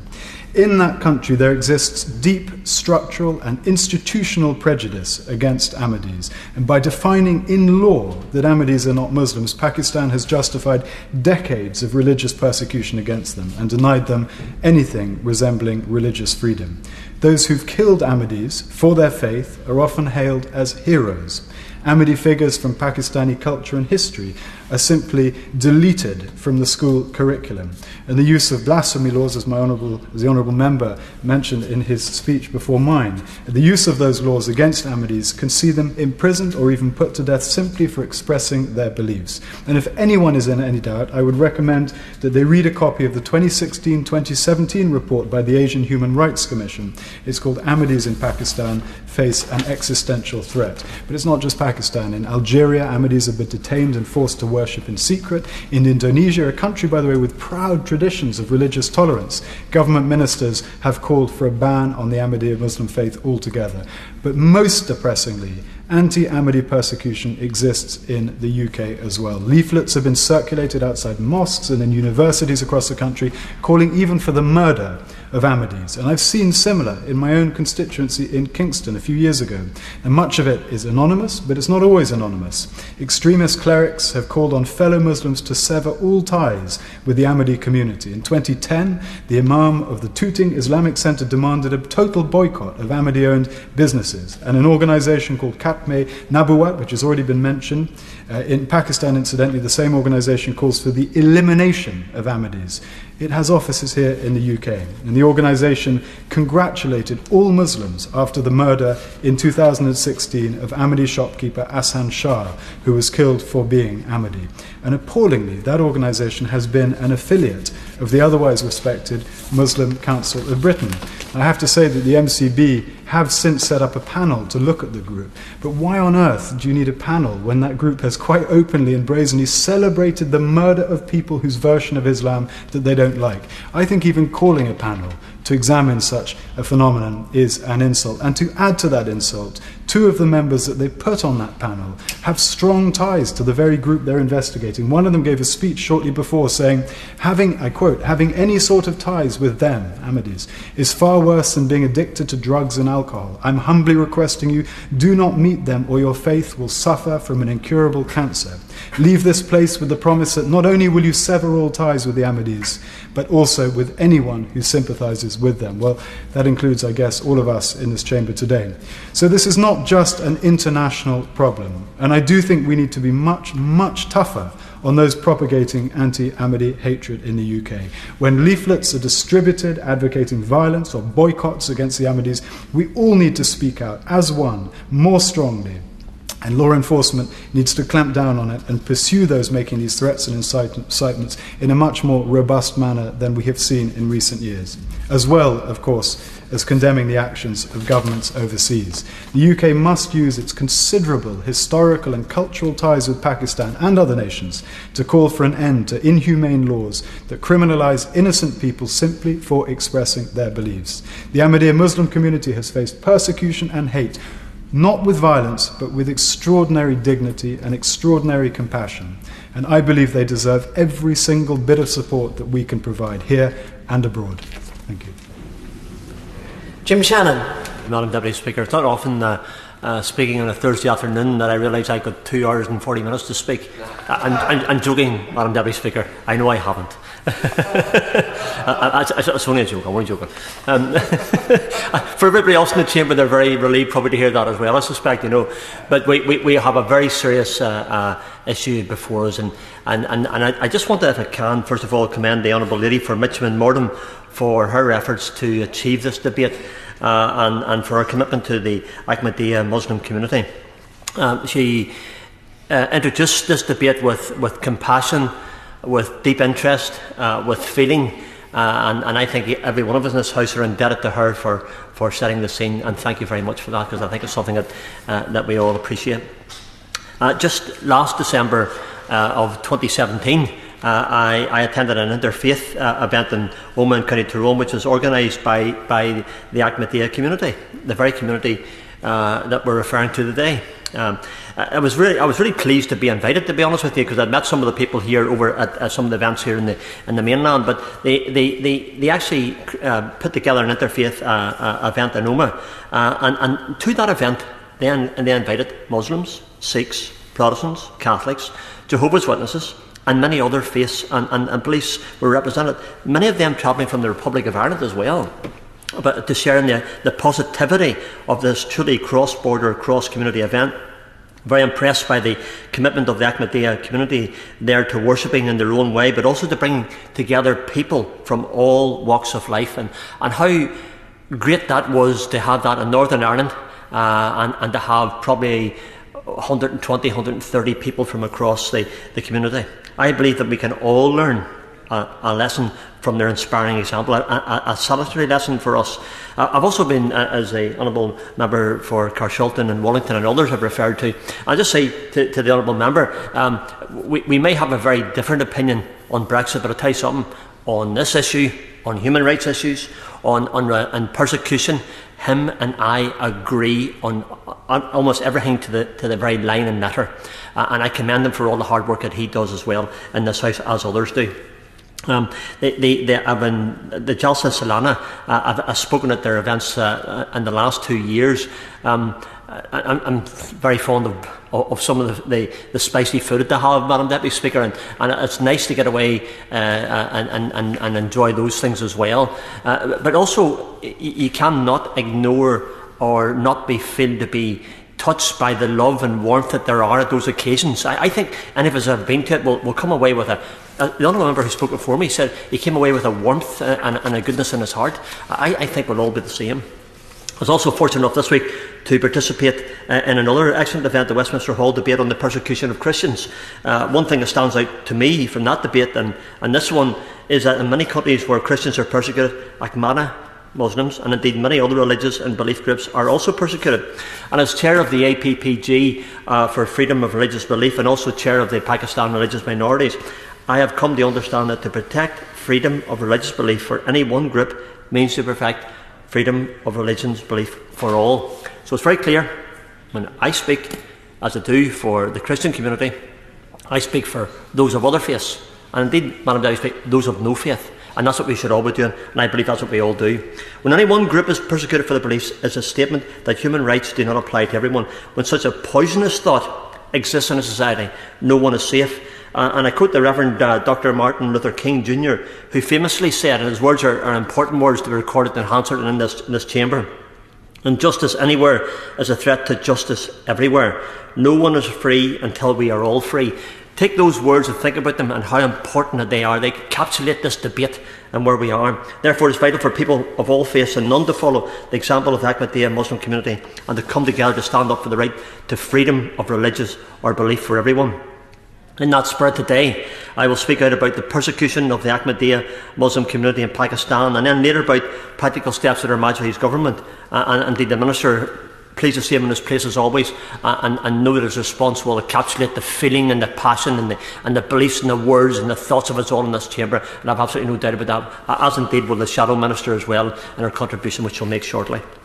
So to begin with, Pakistan is the only country in the world that officially declares Ahmadis to be non-Muslims in law. Other members have referred to it. The Ahmadiyya community is the most widely, institutionally and constitutionally persecuted religious group in Pakistan, with Ahmadis facing persistent, systematic violence, structural discrimination, which affects our economic, social and employment status, political life and education activities. It affects every facet of their life. In 2017 alone, at least 4 Ahmadi Muslims were murdered for their beliefs, and since the mid-80s, 260 other Ahmadis have met a similar tragic fate. Whenever you go to that Jalsa Salana, they will take you down to one of the exhibitions they have, and you will see those who have lost their lives because of their faith. And that's something I'm always very, very touched on. It's a very poignant occasion. It brings home to me and to all of us, I believe, just what it means to suffer and indeed give your life for your faith. Pakistan Penal Code is used to prevent Ahmadi Muslims from identifying as Muslims, using Islamic terminology, symbols, preaching, disseminating materials in their faith, or referring to their house of worship as mosques. Any of the above is punishable with 3 years imprisonment and a fine. If the offence is regarded as blasphemy, then an Ahmadi could be sentenced to death. How tragic and how wrong that would be. Ahmadis are also technically prohibited from voting because to do so the state requires them to register as non-Muslims, which many refuse to do. Blasphemy laws in Pakistan are disproportionately and unfairly used to target Ahmadi Muslims and other religious or belief minorities, and since 1984 over 300 Ahmadis have been charged with blasphemy under the Penal Code. And while the Pakistani government may be unwilling to repeal the blasphemy laws, there are many legal and procedural changes that can be made to make sure the law is applied more fairly. The APPG for religious freedom of religious belief, alongside the Humanist and Human Rights APPGs, recently held a roundtable meeting with the FCA Minister Lord Ahmed and the UN Special Rapporteur for freedom of religious belief, which discussed some of these changes. For example, the Pakistani criminal justice system does not currently carry penalties for the false accusations of blasphemy, encouraging allegations based on personal vendettas, enmities or pure and simple hatred for religious or belief minorities. Similarly, the current procedure of allowing the local police, and we've heard some examples of that today, to register blasphemy cases at the behest of any angry individual allows for false or frivolous cases built on the basis of personal animosity. Police stations are easily accessible. Police officers are often happy to register cases without proper investigation, and corruption is unfortunately rampant. If the law was updated to make it an offence to falsely accuse someone of blasphemy, and if that registration procedure was strengthened to require that any complaint for blasphemy must be subjected to a judicial officer rather than a local police officer, this could significantly reduce the amount of blasphemy charges laid at the feet of Ahmadi Muslims and other minority groups. It's important to also mention that the impact of the persecution of Ahmadi Muslims is not limited to Pakistan. The anti-Ahmadi hate is also surfaced in the United Kingdom, as the Honourable Lady referred to in the beginning.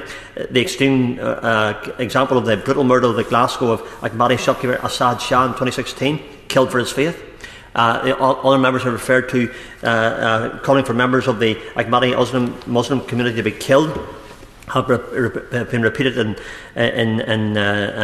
universities, mosques and shopping centres in London. Similarly, a recently broadcast documentary by BBC, Radio 4 Extremism, Hidden in Plain Sight, revealed that the Urdu newspapers in the UK, such as Nawaj Jain and the Daily Asaf, popular amongst some of the British Pakistan community, were running hate campaigns against the Ahmadi Muslim community. This speaks to the point I made earlier, Madam Deputy Speaker, that injustice anywhere is a threat to justice everywhere. And that's what we need to keep to the forefront of our minds. Persecution from one group naturally spreads like a virus that can travel across the world without regard to distance or borders, infecting every society it touches.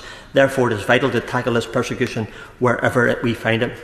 I believe, and I know that I'm pushing an open door in relation to the Minister, and he knows that, and I say that very genuinely and sincerely to him. And I want to put forward some steps which I believe will be helpful for the Minister and to setting how we can address these issues.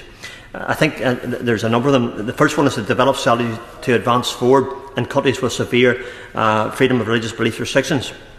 I thank the Minister and his department firstly for their proactive work on this point, and I believe that several country desks within the FCO have already produced such strategies. I would ask that he continue to encourage other desks to do the same, and that he requests that DFID lend their expertise and input into the strategies, as DFID cannot support them or can support them in many ways. For example, it can promote forward through its training programmes and its work in developing education systems that do not discriminate against minority groups. Develop a database which tracks quantified data on issues relating to religious belief minorities. This will ensure that government is better equipped to recognise and understand patterns of religious discrimination and to respond effectively to reduce hostility and conflict between groups. This is also vital to ensuring that UK aid is effectively used to support marginalised communities. Increase government expertise, either internally or via external experts, on violence and persecution with religious characteristics and how religion interacts with society and conflict. DFID, for example, has previously expanded its expertise in areas such as gender and preventing sexual violence and conflict. It is vital that the same is done for religion and for religious conflict as government aims to promote stability. We've seen the multi-dimensional phenomenon, but the case of the Rohingya in Myanmar shows just how if I can say this genuinely and sincerely and very gently, unaddressed government and social hostilities and persecution towards religious groups can explode into violence and create humanitarian crises. Fourthly, to introduce mandatory training for FCO and different employees working in countries with severe levels of discrimination of religious or belief groups. This training should focus on the relevant religions, patterns of discrimination and conflict, and how religion and religious actors interact with a specific societal and conflict context. While FCO staff do currently have access to training by the LSE Faith Centre, this training is not mandatory for staff who work in countries with severe freedom of religious belief violations, and it does not necessarily address all the areas that I highlighted. Honourable friends, right honourable friends, to sum up, the Ahmadiyya Muslim community continues to be persecuted for their beliefs, and wherever there is violence and discrimination against Ahmadis for their faith, you can almost be positive that you'll find violence and persecution against many other religious or belief groups. What this teaches us in this House, teaches me, hopefully, and teaches all of us, is that to protect freedom of religious belief for any one group means we protect freedom of religious belief for all. Therefore, it is vital that people of all faiths and none follow the inspiring example of the Ahmadiyya community and come together to stand up for the right to freedom of religion or belief for everyone.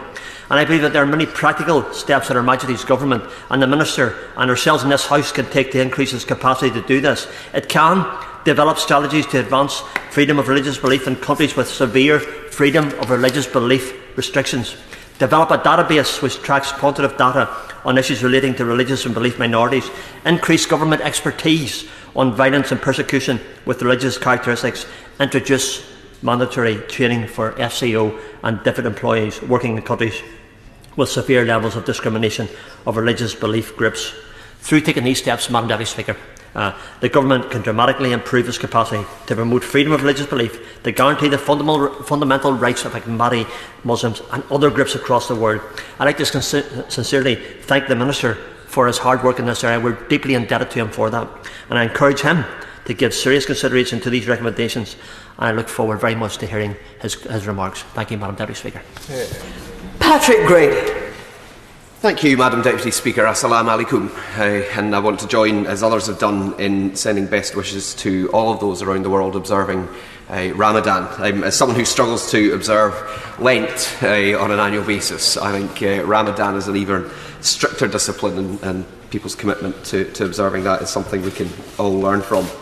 I want to congratulate the Honourable Member for Mitcham and Morden on securing this debate, and the Backbench Committee for granting the significant length of time that we have had. And everyone, I think, who's spoken have made very heartfelt, very personal contributions, and there's a very clear consensus across the Chamber about the disgraceful nature of the persecution faced by the Ahmadiyya community, and I hope we hear some positive responses from the Government. I also pay tribute to the various all-party groups that work on this, some of which are represented today, and the various organisations that have provided us with background and briefings, not least the Ahmadi community themselves, Christian Solidarity, Worldwide and others. And I join the tributes. I'll say a little bit more, but at the start I just want to say I join the tributes that were paid to Assad Shah, and I think it's very fitting that dreadful outrage is specifically mentioned in the motion as one of the most terrible examples of persecution that we have seen. The SNP, of course, are utterly opposed to religious persecution. Religious freedom is a fundamental human right, and it should be respected all around the world. We're deeply disappointed that the Pakistani government continues to condone and indeed oversee some of the conduct of religiously motivated attacks, and we call upon the Foreign Secretary to press the Pakistani government to take action against such religious persecution. Reform of blasphemy laws, this has been touched on, is absolutely vital. Blasphemy laws are incompatible with the International Covenant on Civil and Political Rights, which Pakistan has committed to. And as we've heard throughout this debate, it's quite alarming that there appears to be growing persecution of the Ahmadi community here in the United Kingdom, especially given the valuable contributions that the community make to wider society and in our constituencies. So I want to reflect on those points over the short time available. At the end of April, Pakistan's Ahmadi community released a report detailing the growing hostilities that the community is facing, including all the different things that we've heard of in this debate: indiscriminate arrests, impediments from voting in general elections, and the various other discriminations that we have heard. And that's why, as I said, it is absolutely vital that there is reform of the blasphemy law, both in Pakistan and in other countries around the world that continue to keep such laws on their statute books. In Pakistan, blasphemy against any recognised religion is illegal, with penalties from fine to death, and anyone can file a blasphemy case claiming their religious freedoms are injured for any reason. But then this is what is exactly being applied to the Ahmadi community by their faith not being recognised as a religion. And a blasphemy law by itself then is bad for freedom of speech. And blasphemy laws which then actively ban another religion by name, I think are really quite exceptional and really a matter of serious concern. And then we hear, and we've heard throughout this debate, the impact of that, of killings, of murders, of attacks, of exclusions from schools and from other aspects of civil society. And sadly, this is something that has gone on for decades, dating back to at least the amendments to the Constitution that were made and further. And something that I heard, which I was sort of particularly taken aback about, was that in order to apply for a Pakistani passport, Pakistanis are required to sign a declaration that they consider Mirza Ghulam Ahmad to be an impostor prophet and consider his followers to be non-Muslims. And that is quite an astonishing thing for any holder of a religious belief to be asked. It's not, the theological and religious parallels are not identical, but to me it seems it's the equivalent as if I was asked to sign a document not recognising the authority of the Pope within the Catholic Church.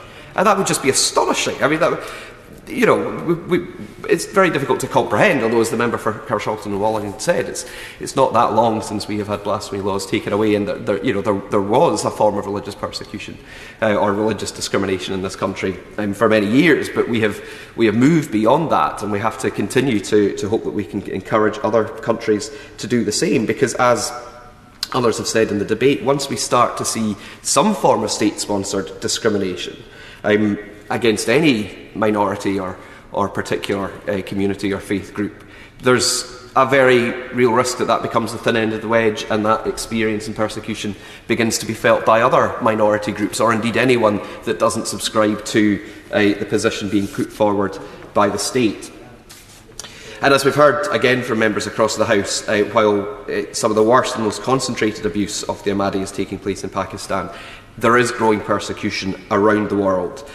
We've heard particularly stark examples from Indonesia, but we know also in Bangladesh and Belarus and various other parts of the world, we see the same kind of thing: people being targeted for their beliefs, people being attacked, people being murdered, and none of that is acceptable and has to be called out. And again, I understand that Ahmadis are in fact officially banned from entering Saudi Arabia and performing the Hajj pilgrimage. And again, you know, I encourage members to consider what the equivalent for members of different Christian denominations would be if they were suddenly being told they couldn't visit Rome, or they couldn't visit the holy places in the Middle East, in Jerusalem and Bethlehem and Nazareth and so on. What kind of a message would that send? And we have to think about how that reality is experienced by the people affected.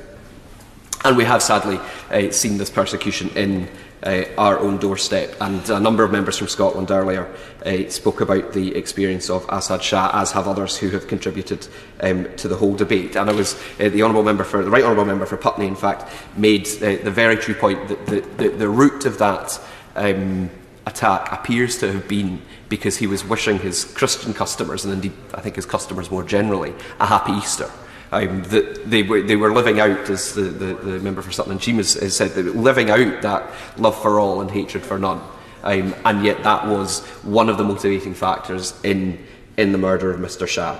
But what I think is, if there's anything to be taken from that, anything positive to be taken from that, it's the way that the community united in support of the Ahmadis in Glasgow and against the kind of extremism that was displayed by that attack. There was an interfaith campaign, united against extremism, buses with posters spreading a message of tolerance that were paid for by the different religious communities and supported by politicians and civil society across the board. The First Minister herself was one of several politicians who attended and one of hundreds of people who attended the vigil that was held.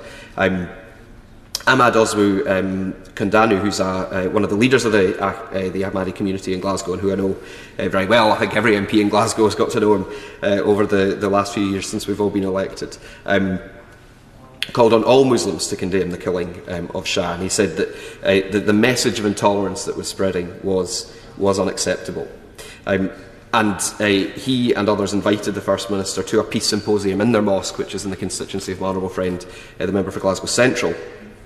And she said at that meeting in December that the peace symposium that they held demonstrates the commitment of the Ahmadiyya community to promoting the values of peace, tolerance and understanding, and it's an important opportunity for all of us to restate our shared values and our shared aims.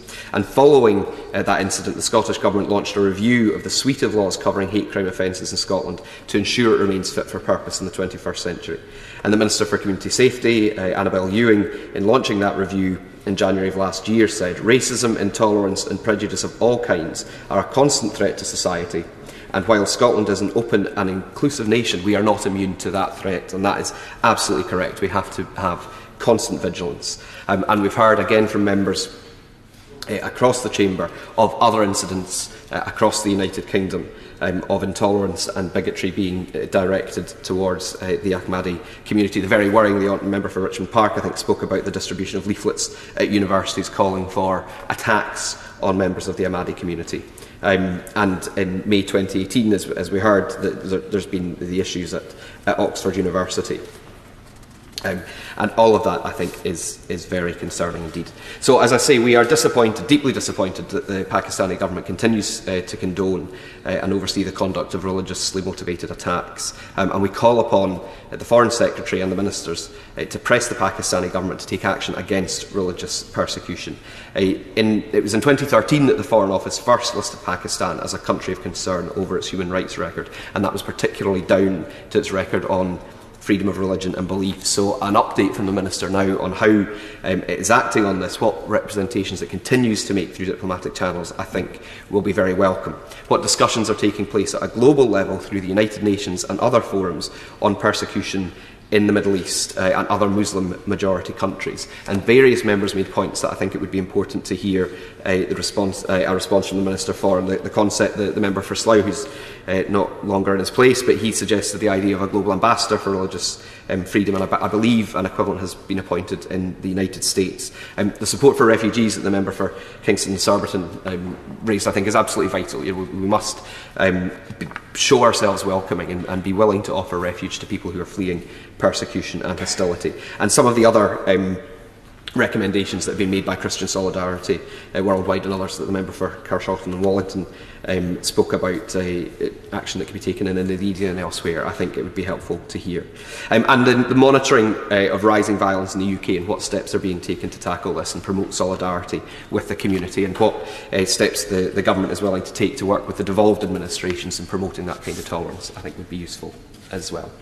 So I just want to reflect in conclusion, Madam Deputy Speaker, as others have, on the contribution that these communities make to each of our own constituencies. And I have had the pleasure of interacting with Glasgow's Ahmadi community since the election in 2015. And indeed, we were paying tribute to former members earlier on, and I think it's right to pay tribute to the former member for Rutherglen, Margaret Ferrier, who, even since the election, has continued to be a champion for the Ahmadi community and standing in solidarity with them, supporting their campaigns, attending their events. And I know she contributed very much to the all-party group when she was here, and indeed to similar debates in the Chamber.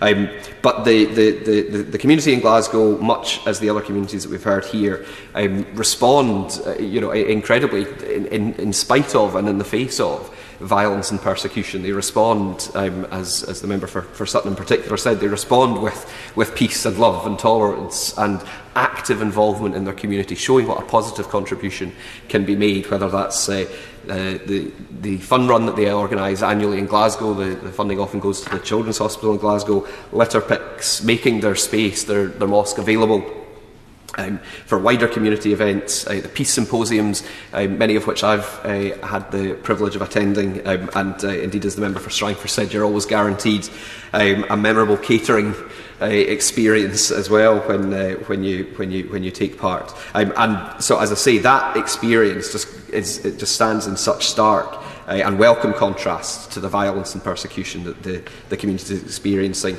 sadly here in the UK and indeed around the world. So, as others have reflected, that love for all, hatred for none is not simply a slogan. It's a way of being. It's a philosophy that permeates every aspect of the community's lives, and it reflects the golden rule that we hear in other religions as well: to do unto others as you would have them do unto you. And I think governments that seek to persecute minorities ought to reflect on that, especially if they're doing so in the name of a religion themselves, because there is not a single global religion that, in its purest form, condones or accepts the kind of violence and persecution that we're seeing. Tolerance has to be absolutely key. And we must speak out because, as others have said, if we allow blasphemy laws, if we allow persecution, if we allow intolerance towards one set of minorities, then the risk is that other minorities, and indeed larger and larger groups, can become affected as well, and the risk of growing persecution of others and growing intolerance of all kinds. And that is what we must unite against, and that, I think, is what this debate has shown today. Thank you. Liz McInnes. Thank you, Madam Deputy Speaker. And it's a pleasure to follow the Honourable Member for Glasgow North. And this afternoon we've heard some excellent speeches and interventions. It's a very important debate, and I'd like to thank my honourable friend, the member for Mitcham and Morden, and the chair of the APPG, speaking so eloquently on behalf of the Ahmadiyya Muslim community in her constituency, and also for very skillfully taking us on a global tour and showing us the truly dreadful extent of the persecution suffered by Ahmadiyya Muslims worldwide. We had an intervention from my honourable friend, the member for Stretford and Urmston, who highlighted the hospitality which was offered in Manchester following the attack last year by the Ahmadiyya Muslim community. The honourable members for Crawley, Scunthorpe and Richmond Park, amongst many others, recorded the contribution that the Ahmadiyya Muslims make to our national life and to their constituencies, and like many members who've spoken this afternoon, quoted love for all, hatred for none. And I think that is something we will all go away with this afternoon. The honourable member for Feltham and Heston talked about the charitable endeavours of the charity Humanity First, and again the contribution of Ahmadis to our national life. The honourable member for Slough talked about the situation in Indonesia and quoted an incident of a mob attacking several homes and attempting to expel Ahmadis, actually in the presence of police officers. The murder of the newsagent in Glasgow, Assad Shah, was highlighted by the members for Glasgow North East and the member for Coatbridge, Christon and Bells Hill, who both paid tribute to Mr Assad Shah and said that we need to do much to deal with the prejudice here in this country. The honourable members for Carshalton and Wallington and Sutton and Cheam highlighted the restrictions on Ahmadis on even using traditional greetings. And the honourable member for Carshalton also highlighted the problems of online hatred being spread on sites like Facebook. The honourable member for Worley talked about the contribution of Ahmadis in business, commerce and community affairs, and asked for the authorities to crack down on the discrimination that goes on in this country. The honourable member for Kingston and Surbiton made the important point that Pakistan uses the state and the law to persecute Ahmadis. And he also highlighted the case of the 3 Ahmadiyya Muslims who are still on death row, and the Minister knows that I have written to him about this case. The honourable members for Putney and Wimbledon talked about the Ahmadi Peace Symposium, which is held every year, and the great work done by the Ahmadi people in bringing communities together. And the honourable member for Strangford, the chair of the APPG on religious belief, highlighted the very important point that freedom of religious belief and thought must apply to all, those of all faiths and those of none. So this motion today notes the rising tide of persecution of Ahmadi Muslims in Pakistan, Algeria and in other countries. It also notes the effect that hate preachers have on radicalising people internationally and in the UK, and highlights the past activities of hate preacher Syed Muzaffar Shah Qadri, the Pakistan Muslim cleric who has been banned from preaching in Pakistan because his sermons are considered too incendiary. And he is held responsible for radicalising Tanveer Ahmed, the murderer of Mr. Asad Shah. And as has been mentioned by several members here today, Mr. Shah was apparently targeted after messages he put out on social media, including an Easter greeting to Christians.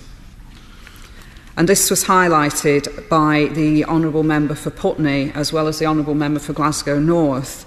The Honourable Member for Putney also brought attention to the excellent report from the International Human Rights Committee and the Asian Human Rights Committee entitled Ahmadis in Pakistan Face an Existential Threat, and I would recommend that to anybody here who hasn't read it. It's an excellent report.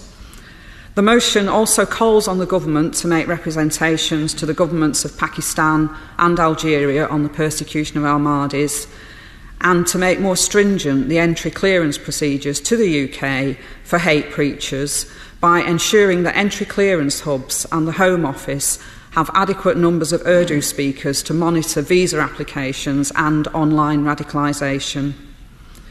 Now, as we've heard today, Ahmadis believe that they are Muslims, and yet in 1974 the National Assembly of Pakistan declared them to be non-Muslims, and this was done by passing the Second Amendment to the Constitution of Pakistan, declaring Ahmadis to be non-Muslim despite their own belief and thought.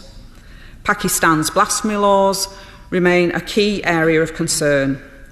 These legal provisions, which criminalise insults against Islam, are often misused to settle personal scores, and Ahmadis continue to face blasphemy allegations. Ahmadis cannot defend themselves against charges of blasphemy without committing blasphemy and placing themselves in acute legal, physical and social jeopardy. Ahmadis who voice opposition to legislation making their religion a crime are considered traitors. The International Court of Justice has found systemic and widespread fair trial violations related particularly to Ahmadis accused of blasphemy violations. And under Pakistan's election law, Ahmadis are effectively denied the right to vote, and they are disenfranchised unless they declare themselves as non-Muslims, effectively giving up their faith. The Electoral Commission of Pakistan has decided that Ahmadis can be permitted to vote only under a separate register and by self-identifying as a non-Muslim minority. This requirement to deny their faith in order to vote has caused their disenfranchisement from politics for more than 30 years. And worse still, the separate Ahmadi electoral register is publicly available, making it much easier for extremists to target Ahmadis. The US Commission on International Religious Freedom identifies Pakistan as a country of particular concern, and their 2017 annual report states, and I quote, "Ahmadis are subject to severe legal restrictions and suffer from officially sanctioned discrimination. The Second Amendment declares Ahmadis to be non-Muslims. Penal Code Section 298 makes it criminal for Ahmadis to refer to themselves as Muslims, preach, propagate or disseminate materials on their faith, or refer to their houses of worship as mosques. They are also prohibited from voting. Ahmadis frequently face societal discrimination, harassment and physical attacks, sometimes resulting in murder." And I want to mention here the discrimination faced by Ahmadi women who live in a patriarchal society and, as well as facing similar levels of harassment as Ahmadi men, can become socially isolated, facing overt discrimination during routine activities like shopping or going to the market. Some shops display signs and banners that say we do not deal with Qadianis, the pejorative term used to refer to Ahmadi Muslims. The term originates from Qadian, a small town in northern India, which was the birthplace of Mirza Ghulam Ahmad, the founder of the Ahmadiyya movement. Many Ahmadis leave Pakistan to seek refuge elsewhere, seeking a safe haven where they can freely practice their religion and live a normal and peaceful life. And many, as we have heard today, have fled to countries such as Sri Lanka, Malaysia and Thailand, where they may end up in refugee camps or in prison and denied access to health, education and work. And we've also heard today that discrimination against Ahmadis is not confined to Pakistan, and my honourable friend, the member for Mitcham and Morden, took us on a comprehensive global tour.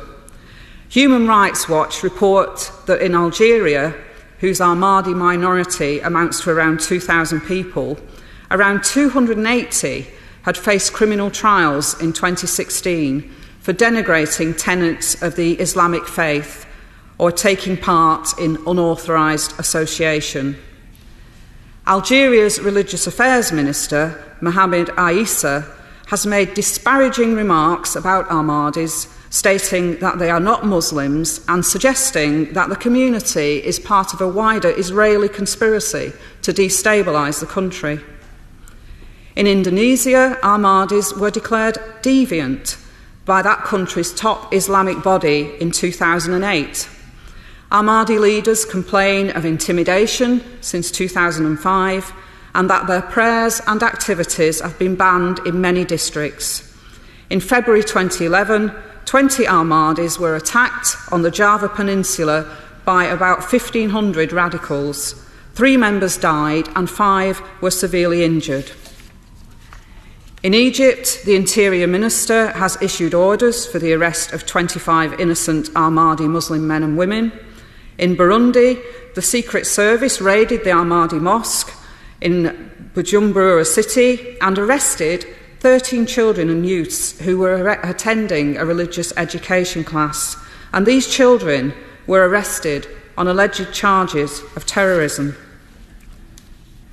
Now, Article 18 of the Universal Declaration of Human Rights declares the right to freedom of thought and religion. Countries like Pakistan, Indonesia, Algeria, Egypt, Burundi and others, in their persecution of Ahmadi Muslims, are denying their citizens that universal right. And yet, Pakistan's founder, Ali Jinnah, expressed a clear commitment to defend religious freedom when he said, and I quote, "You are free. You are free to go to your temples. You are free to go to your mosques or to any other place of worship in this state of Pakistan. You may belong to any religion, caste or creed." And it is time for Pakistan to return to this vision. And it is time for the UK and our international partners to work more effectively and consistently to secure the rights of the Ahmadi community across the world. And whilst I appreciate that the more sensitive details may not be made public, we can and must clearly condemn the persecution of Ahmadi Muslims. And I would like to just finish by posing a few questions to the Minister.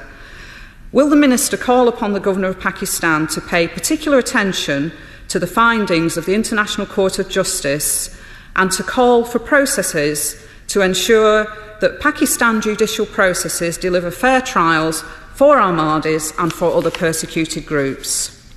Will the Minister also call upon the Government of Pakistan to order the immediate release of all Ahmadis on death row and those held in prison? Will the Minister urge the Government of Pakistan to repeal its anti-Ahmadi and blasphemy laws, which are the basis for the persecution of Ahmadi Muslims? And finally, will the Minister call upon all Member States where Ahmadis are living in diaspora to ensure compliance with the UN conventions, to ensure that the UNHCR completes its due process? Hear, hear. Minister Mr. Markfield, Thank you, Madam Deputy Speaker. I'm very grateful to the Honourable Lady for Mitcham and Morden for securing this important debate. May I pay a very heartfelt tribute to her work as the chair of the all-party parliamentary group on the Ahmadiyya Muslim community, and that all she has done to support the community both here in the UK and overseas. And may I also say that gratitude extends to the contributions of other honourable members, and I shall try to respond, if I may, to all the points that have been raised. I notice there is a bit of a South London mafia in the House this afternoon, but I do appreciate, for good reason, why that is the case, as someone who has the misfortune of being just the other side of the river with his constituency. But when, in a previous life as the Shadow Minister for London before the 2005 election, I came out and saw the mosque, and indeed was able to meet many leading members in the London Ahmadiyya community. Now, it was, as the Honourable Gentleman for Strangford rightly pointed out, only 2 days ago that I addressed the House in another debate about Christian persecution. On that occasion, members across the House gave horrifying accounts of the suffering of Christians in the Middle East, in North and West Africa. Today, we have heard similarly appalling descriptions of the discrimination suffered by Ahmadi Muslims. I suppose I just wanted to say this one thing. This has been a very heartfelt debate, a very calm debate.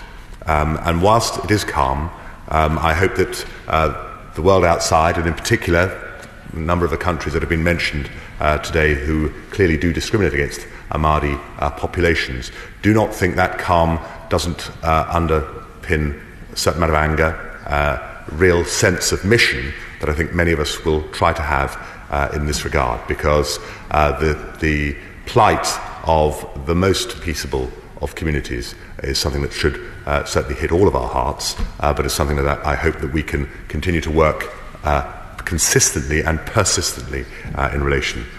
And I know that whilst honourable members have focused their concerns on events in Pakistan and Algeria in particular, but lest there is any complacency, we must also accept, as has been pointed out, that the UK is not immune from the scourge of religious intolerance. So I take this opportunity on behalf of the government to extend my very personal condolences to the family of Asad Shah from Glasgow and to members of the Ahmadi Muslim community. I know that the Prime Minister, when she was Home Secretary, wrote to representatives of that community to express the government's condolences and solidarity, and we also took the opportunity then to meet representatives of the community to hear firsthand of the issues faced in their day-to-day lives. But I do understand the Honourable Gentleman, Right Honourable Gentleman for Kingston Surbiton had to say. There's a great worry that in the world at large, minorities are getting increasingly undermined, and we need to recognise that we have to stand up for this. The issue of extremism in our own society is something that the government will continue to challenge. We all know that our country is built on values such as democracy, respect and tolerance. Values that, again, I was rightly reminded by the Honourable Gentleman, Carshalton and Wallington, Right Honourable Gentleman, who rightly pointed out that we've had our own blasphemy laws on the statute book. Perhaps they were laws that were not going to be pursued, but nonetheless the fact that they were on the statute book until barely a decade ago reflects that there has been change in our own society, quite significant change in the decades and centuries that have gone by. I know I speak, I think, for everyone in this House when I say that we do not believe it is acceptable for any organisation or individual in this country to promote hatred or to condone violence, particularly in social media, and I will come on to that in a moment or two. Where messages are posted in this country that incite hatred and murder, they should be reported to the police, and such activity is criminal and will not be tolerated. As far as legislation is concerned, again, comes back to a point that was made by the Right Honourable Gentleman for Kingston and Surbiton. I know that this is something that is under active review. He will also know, and he will appreciate, as we all do, the issues and the balance between the freedom of speech and ensuring that there is safety in this regard is a very delicate issue. We need to recognise also that many of the global internet service providers are precisely that. They are global organisations, and of course the internet itself in a very positive way, is a global resource, and therefore we need to ensure that we are able to work with other countries to try to get some global protocols. This will, I think, be a major challenge in the decades to come. As I said on Tuesday, all religious persecution, in whatever form it manifests itself, is abhorrent and deplorable.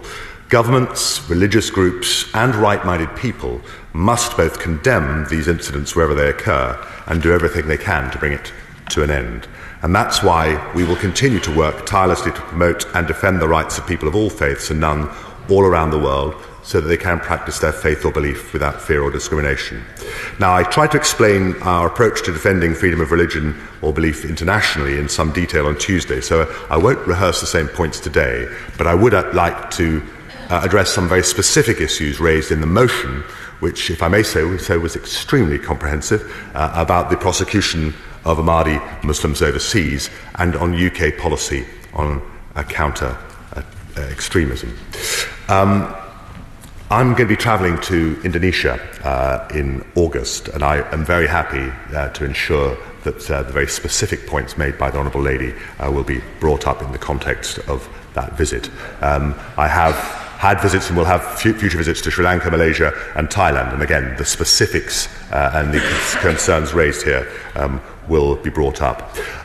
The Honourable Lady did bring up the issue of DFID in relation to textbooks. I do believe it is not correct that we fund biased textbooks, but I will look into this issue, and if she will forgive me, I shall write to her in due course. I wanted to say a little bit, if I may, because she also brought up the issue about entry clearance and the processes that we focus upon, and I know that a number of other members also had some concerns on this. Ministers of religion and religious workers are able to come to the UK through one of two routes. Either Tier 2 as a Minister of Religion for longer-term postings, or Tier 5 as a religious worker for temporary positions of up to 2 years. These routes cover coming to preach, to carry out pastoral duties, to work as a missionary, or to be part of a religious order and other religious duties. Both visa routes sit under the points-based system and require a certificate of sponsorship from a licensed sponsor. In October of 2013, and I will say this, I think it's important that this debate is looked at in context. Whilst there was a relatively recent change, as I say, as recently as 4.5 years ago, we have to keep this under constant review, given the circumstances that have been raised in this debate. But in October 2013, the government introduced a genuineness test to better identify those who may be trying to abuse either of these routes. This test applies to applications under the points-based system and is part of a wider policy of assessing the credibility of visa applicants. I am worried, I'll be honest, I'm worried, and ultimately this is a Home Office matter rather than a Foreign Office matter, but we will try as far as possible to have as joined up an approach to government as we can. But I am concerned that essentially the system is being played to a certain extent, and there are people who would be on dark lists, even in their own home countries, as being those who would incite religious hatred, who are able to come to this country and able, as I say, through the rules that we have in place, are able to come here and then utilise being based in the UK to preach against Ahmadis in particular. We will do all that we can. Obviously, the fact that we've had this debate is, I think, useful. It perhaps is something that many my Home Office colleagues will need to work more closely on, but I will ensure, and I give my pledge to the Honourable Lady and indeed all members here, that we will try and address this issue between us and the Home Office to ensure that some of the abuses are not continued. My right honourable friend for Putney, I think, spoke about a number of issues that I will come on to in my speech. She also raised the issue of having a freedom of religious belief special envoy. This, I think, is something that is almost literally sitting on the desk at number 10 Downing Street at the moment. I think this is something that we have work in progress, and I think it is something we would want to emulate the US model that was referred to by the Honourable Gentleman for Glasgow North.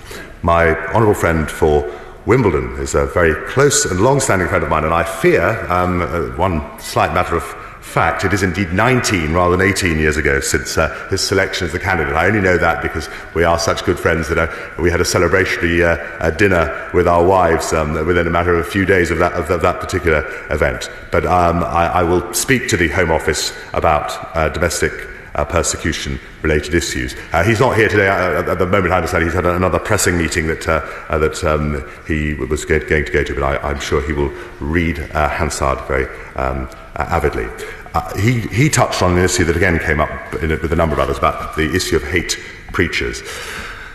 And whilst the official line again is the government takes a robust stance against individuals whose presence in this country might not be conducive to the public good, I recognise that there is now a much more deep-seated concern in the public that, again, that test, rather a vague test as it is not necessarily capturing some people who really should not be in this country. And part of the difficulty I fear with such a test is that if there is a big hue and cry in the media, or indeed the social media, then we highlight particular individuals, and I suspect it is probably the case that the Ahmadi community, by its nature, isn't as organised on the social media to be able to start a big campaign to stop individuals coming into this country. So I think we will need to look at cases, obviously, on an individual basis, particularly those that are brought to our attention. But I share, I think, with many members in this House, I'm not convinced that we've got this absolutely right. We are going to need to tighten up and try and have a more robust test to ensure that those who would do harm, who would wish to incite religious and other division, are not allowed into this country. Again, this is ultimately a Home Office-related matter, and it would be wrong of me to be overly prescriptive at this stage. I wanted, if I may, to touch on something else that the Right Honourable Gentleman for Kingston Surbiton raised about GSP+. He will know that the EU has such reports, indeed reported most recently in January of this year, and made a number of recommendations specifically to Pakistan, amongst other countries being addressed.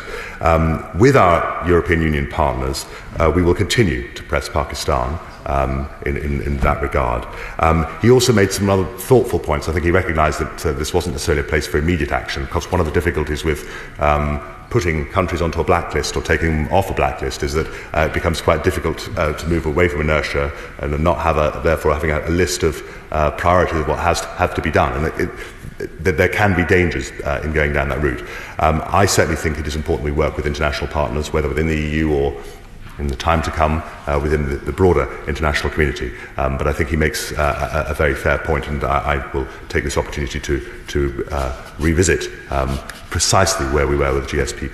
He is quite right that obviously in relation to Sri Lanka at the time when he was a minister, quite rightly he made he stood up at a time when the Sri Lankan government was making international commitments, too many of which have not been fully and properly adhered to, and he will also recognise that there is a need and a desire at all times to bring countries within the international community to try and work together, and trade and commerce is one aspect of that. It must not be an overriding aspect, but it is an aspect that obviously has a part to play in bringing countries back into the international community going forward. These are complex issues. I'm very happy to take them up very directly with him, and I'm obviously interested to learn more about his own experience in this regard, particularly as, of course, as he is well aware, Sri Lanka is another country that I have responsibility for within the Foreign Office. We're also aware of a number of reports of Ahmadi Muslims being arrested in Algeria. The government in Algiers states that these arrests relate to the breaches of law applicable to all religions. However, it is also the case that while the Algerian constitution provides for freedom of religion, it is not always compatible with the domestic law that has come into play. We shall continue to raise our concerns with the government of Algeria and urge them to rectify this anomaly and to respect the right of freedom of religion or belief. Last October, my own colleague, the Minister for Human Rights, Lord Ahmad, himself has been reminded, an Ahmadi Muslim and a man of deep faith, discussed the plight of the Ahmadiyya with the Algerian Minister for Religious Affairs, and I know that our ambassador has also raised issues with him at the beginning of this year. I should point out that we also have great concerns about the treatment of the Protestant Christian community in Algeria, and we know, for example, the number of churches have been closed. We have raised this at various levels with the Algerian government, and our embassy keeps in close contact with the Protestant church there. our ambassador met representatives of the church as recently as last month. Now, many members rightly have raised the issue of Pakistan. This, I think, debate is particularly timely as it comes, as has been pointed out, on the morning after a brutal mob attack on a historic 100-year-old mosque in the Punjab. Let me say, we strongly condemn these continuing attacks on this peaceful community. This attack serves as an unwelcome reminder of the seriousness of the issue, and I have tweeted my own condemnation of the mob attack earlier today. I wanted to say a little bit about the relationship with Pakistan. We have a tremendous High Commissioner out there, Tom Drew, and his team, who do a lot of work, very challenging work in relation to counter-terrorism, in relation to a huge number of consular issues. Obviously, we have the biggest single DFID program out there. There's a way of trying to work again with British Pakistanis to try and develop some trade connections going forward. All of this is a huge amount of work, and that is not in any way to downgrade the work that we do standing up for the Ahmadi community. But I will take this opportunity to ensure that we do raise it to a greater degree. I mean, I've been out to Pakistan once as a minister. I'm going out later this year. And I hope that the House will recognise that, and I feel to a certain extent that we are perhaps not doing enough, and it's not that that we are ignoring the plight of freedom of religious belief, but there is such a huge agenda, not least given the importance of Pakistan, with Afghanistan as a neighbour on the one side, its relationship with China, the sense in which the United Kingdom is a trusted partner in what is an uncertain world in that part of the globe. But I do accept that perhaps we do need to do a little more indeed publicly as well. It was raised by a number of members here, and I didn't wish to suggest that because we tend to deal with these issues privately and quietly, and we do very persistently with all of our counterparts, but there is an opportunity, I think, perhaps at times to go a little bit more public on these matters, and I will do my level best to try to achieve this. Of course.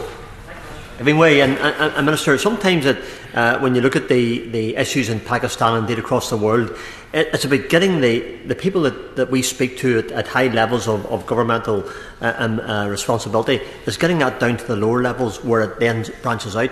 How do we do that? Because if we can get that done, I think we can address many of the issues.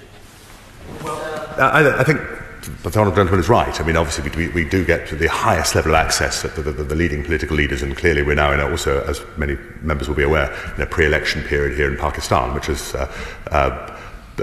both a time of particular vulnerability for a lot of minorities, as we know, and we've touched upon the issue, and I feel it is entirely unacceptable that the Ahmadi, for example, are electorally disenfranchised. However, we do also work at a state-by-state level, and one of the things I've been quite keen to do in my visits, going out to Mardan, I'll be heading out to Karachi and Lahore in due course, is to try and actually speak to senior state officials. As the Honourable Gentleman will be aware, with over 210 million citizens in Pakistan, it is a large country, and many of the states are as populous as parts of the United Kingdom as well.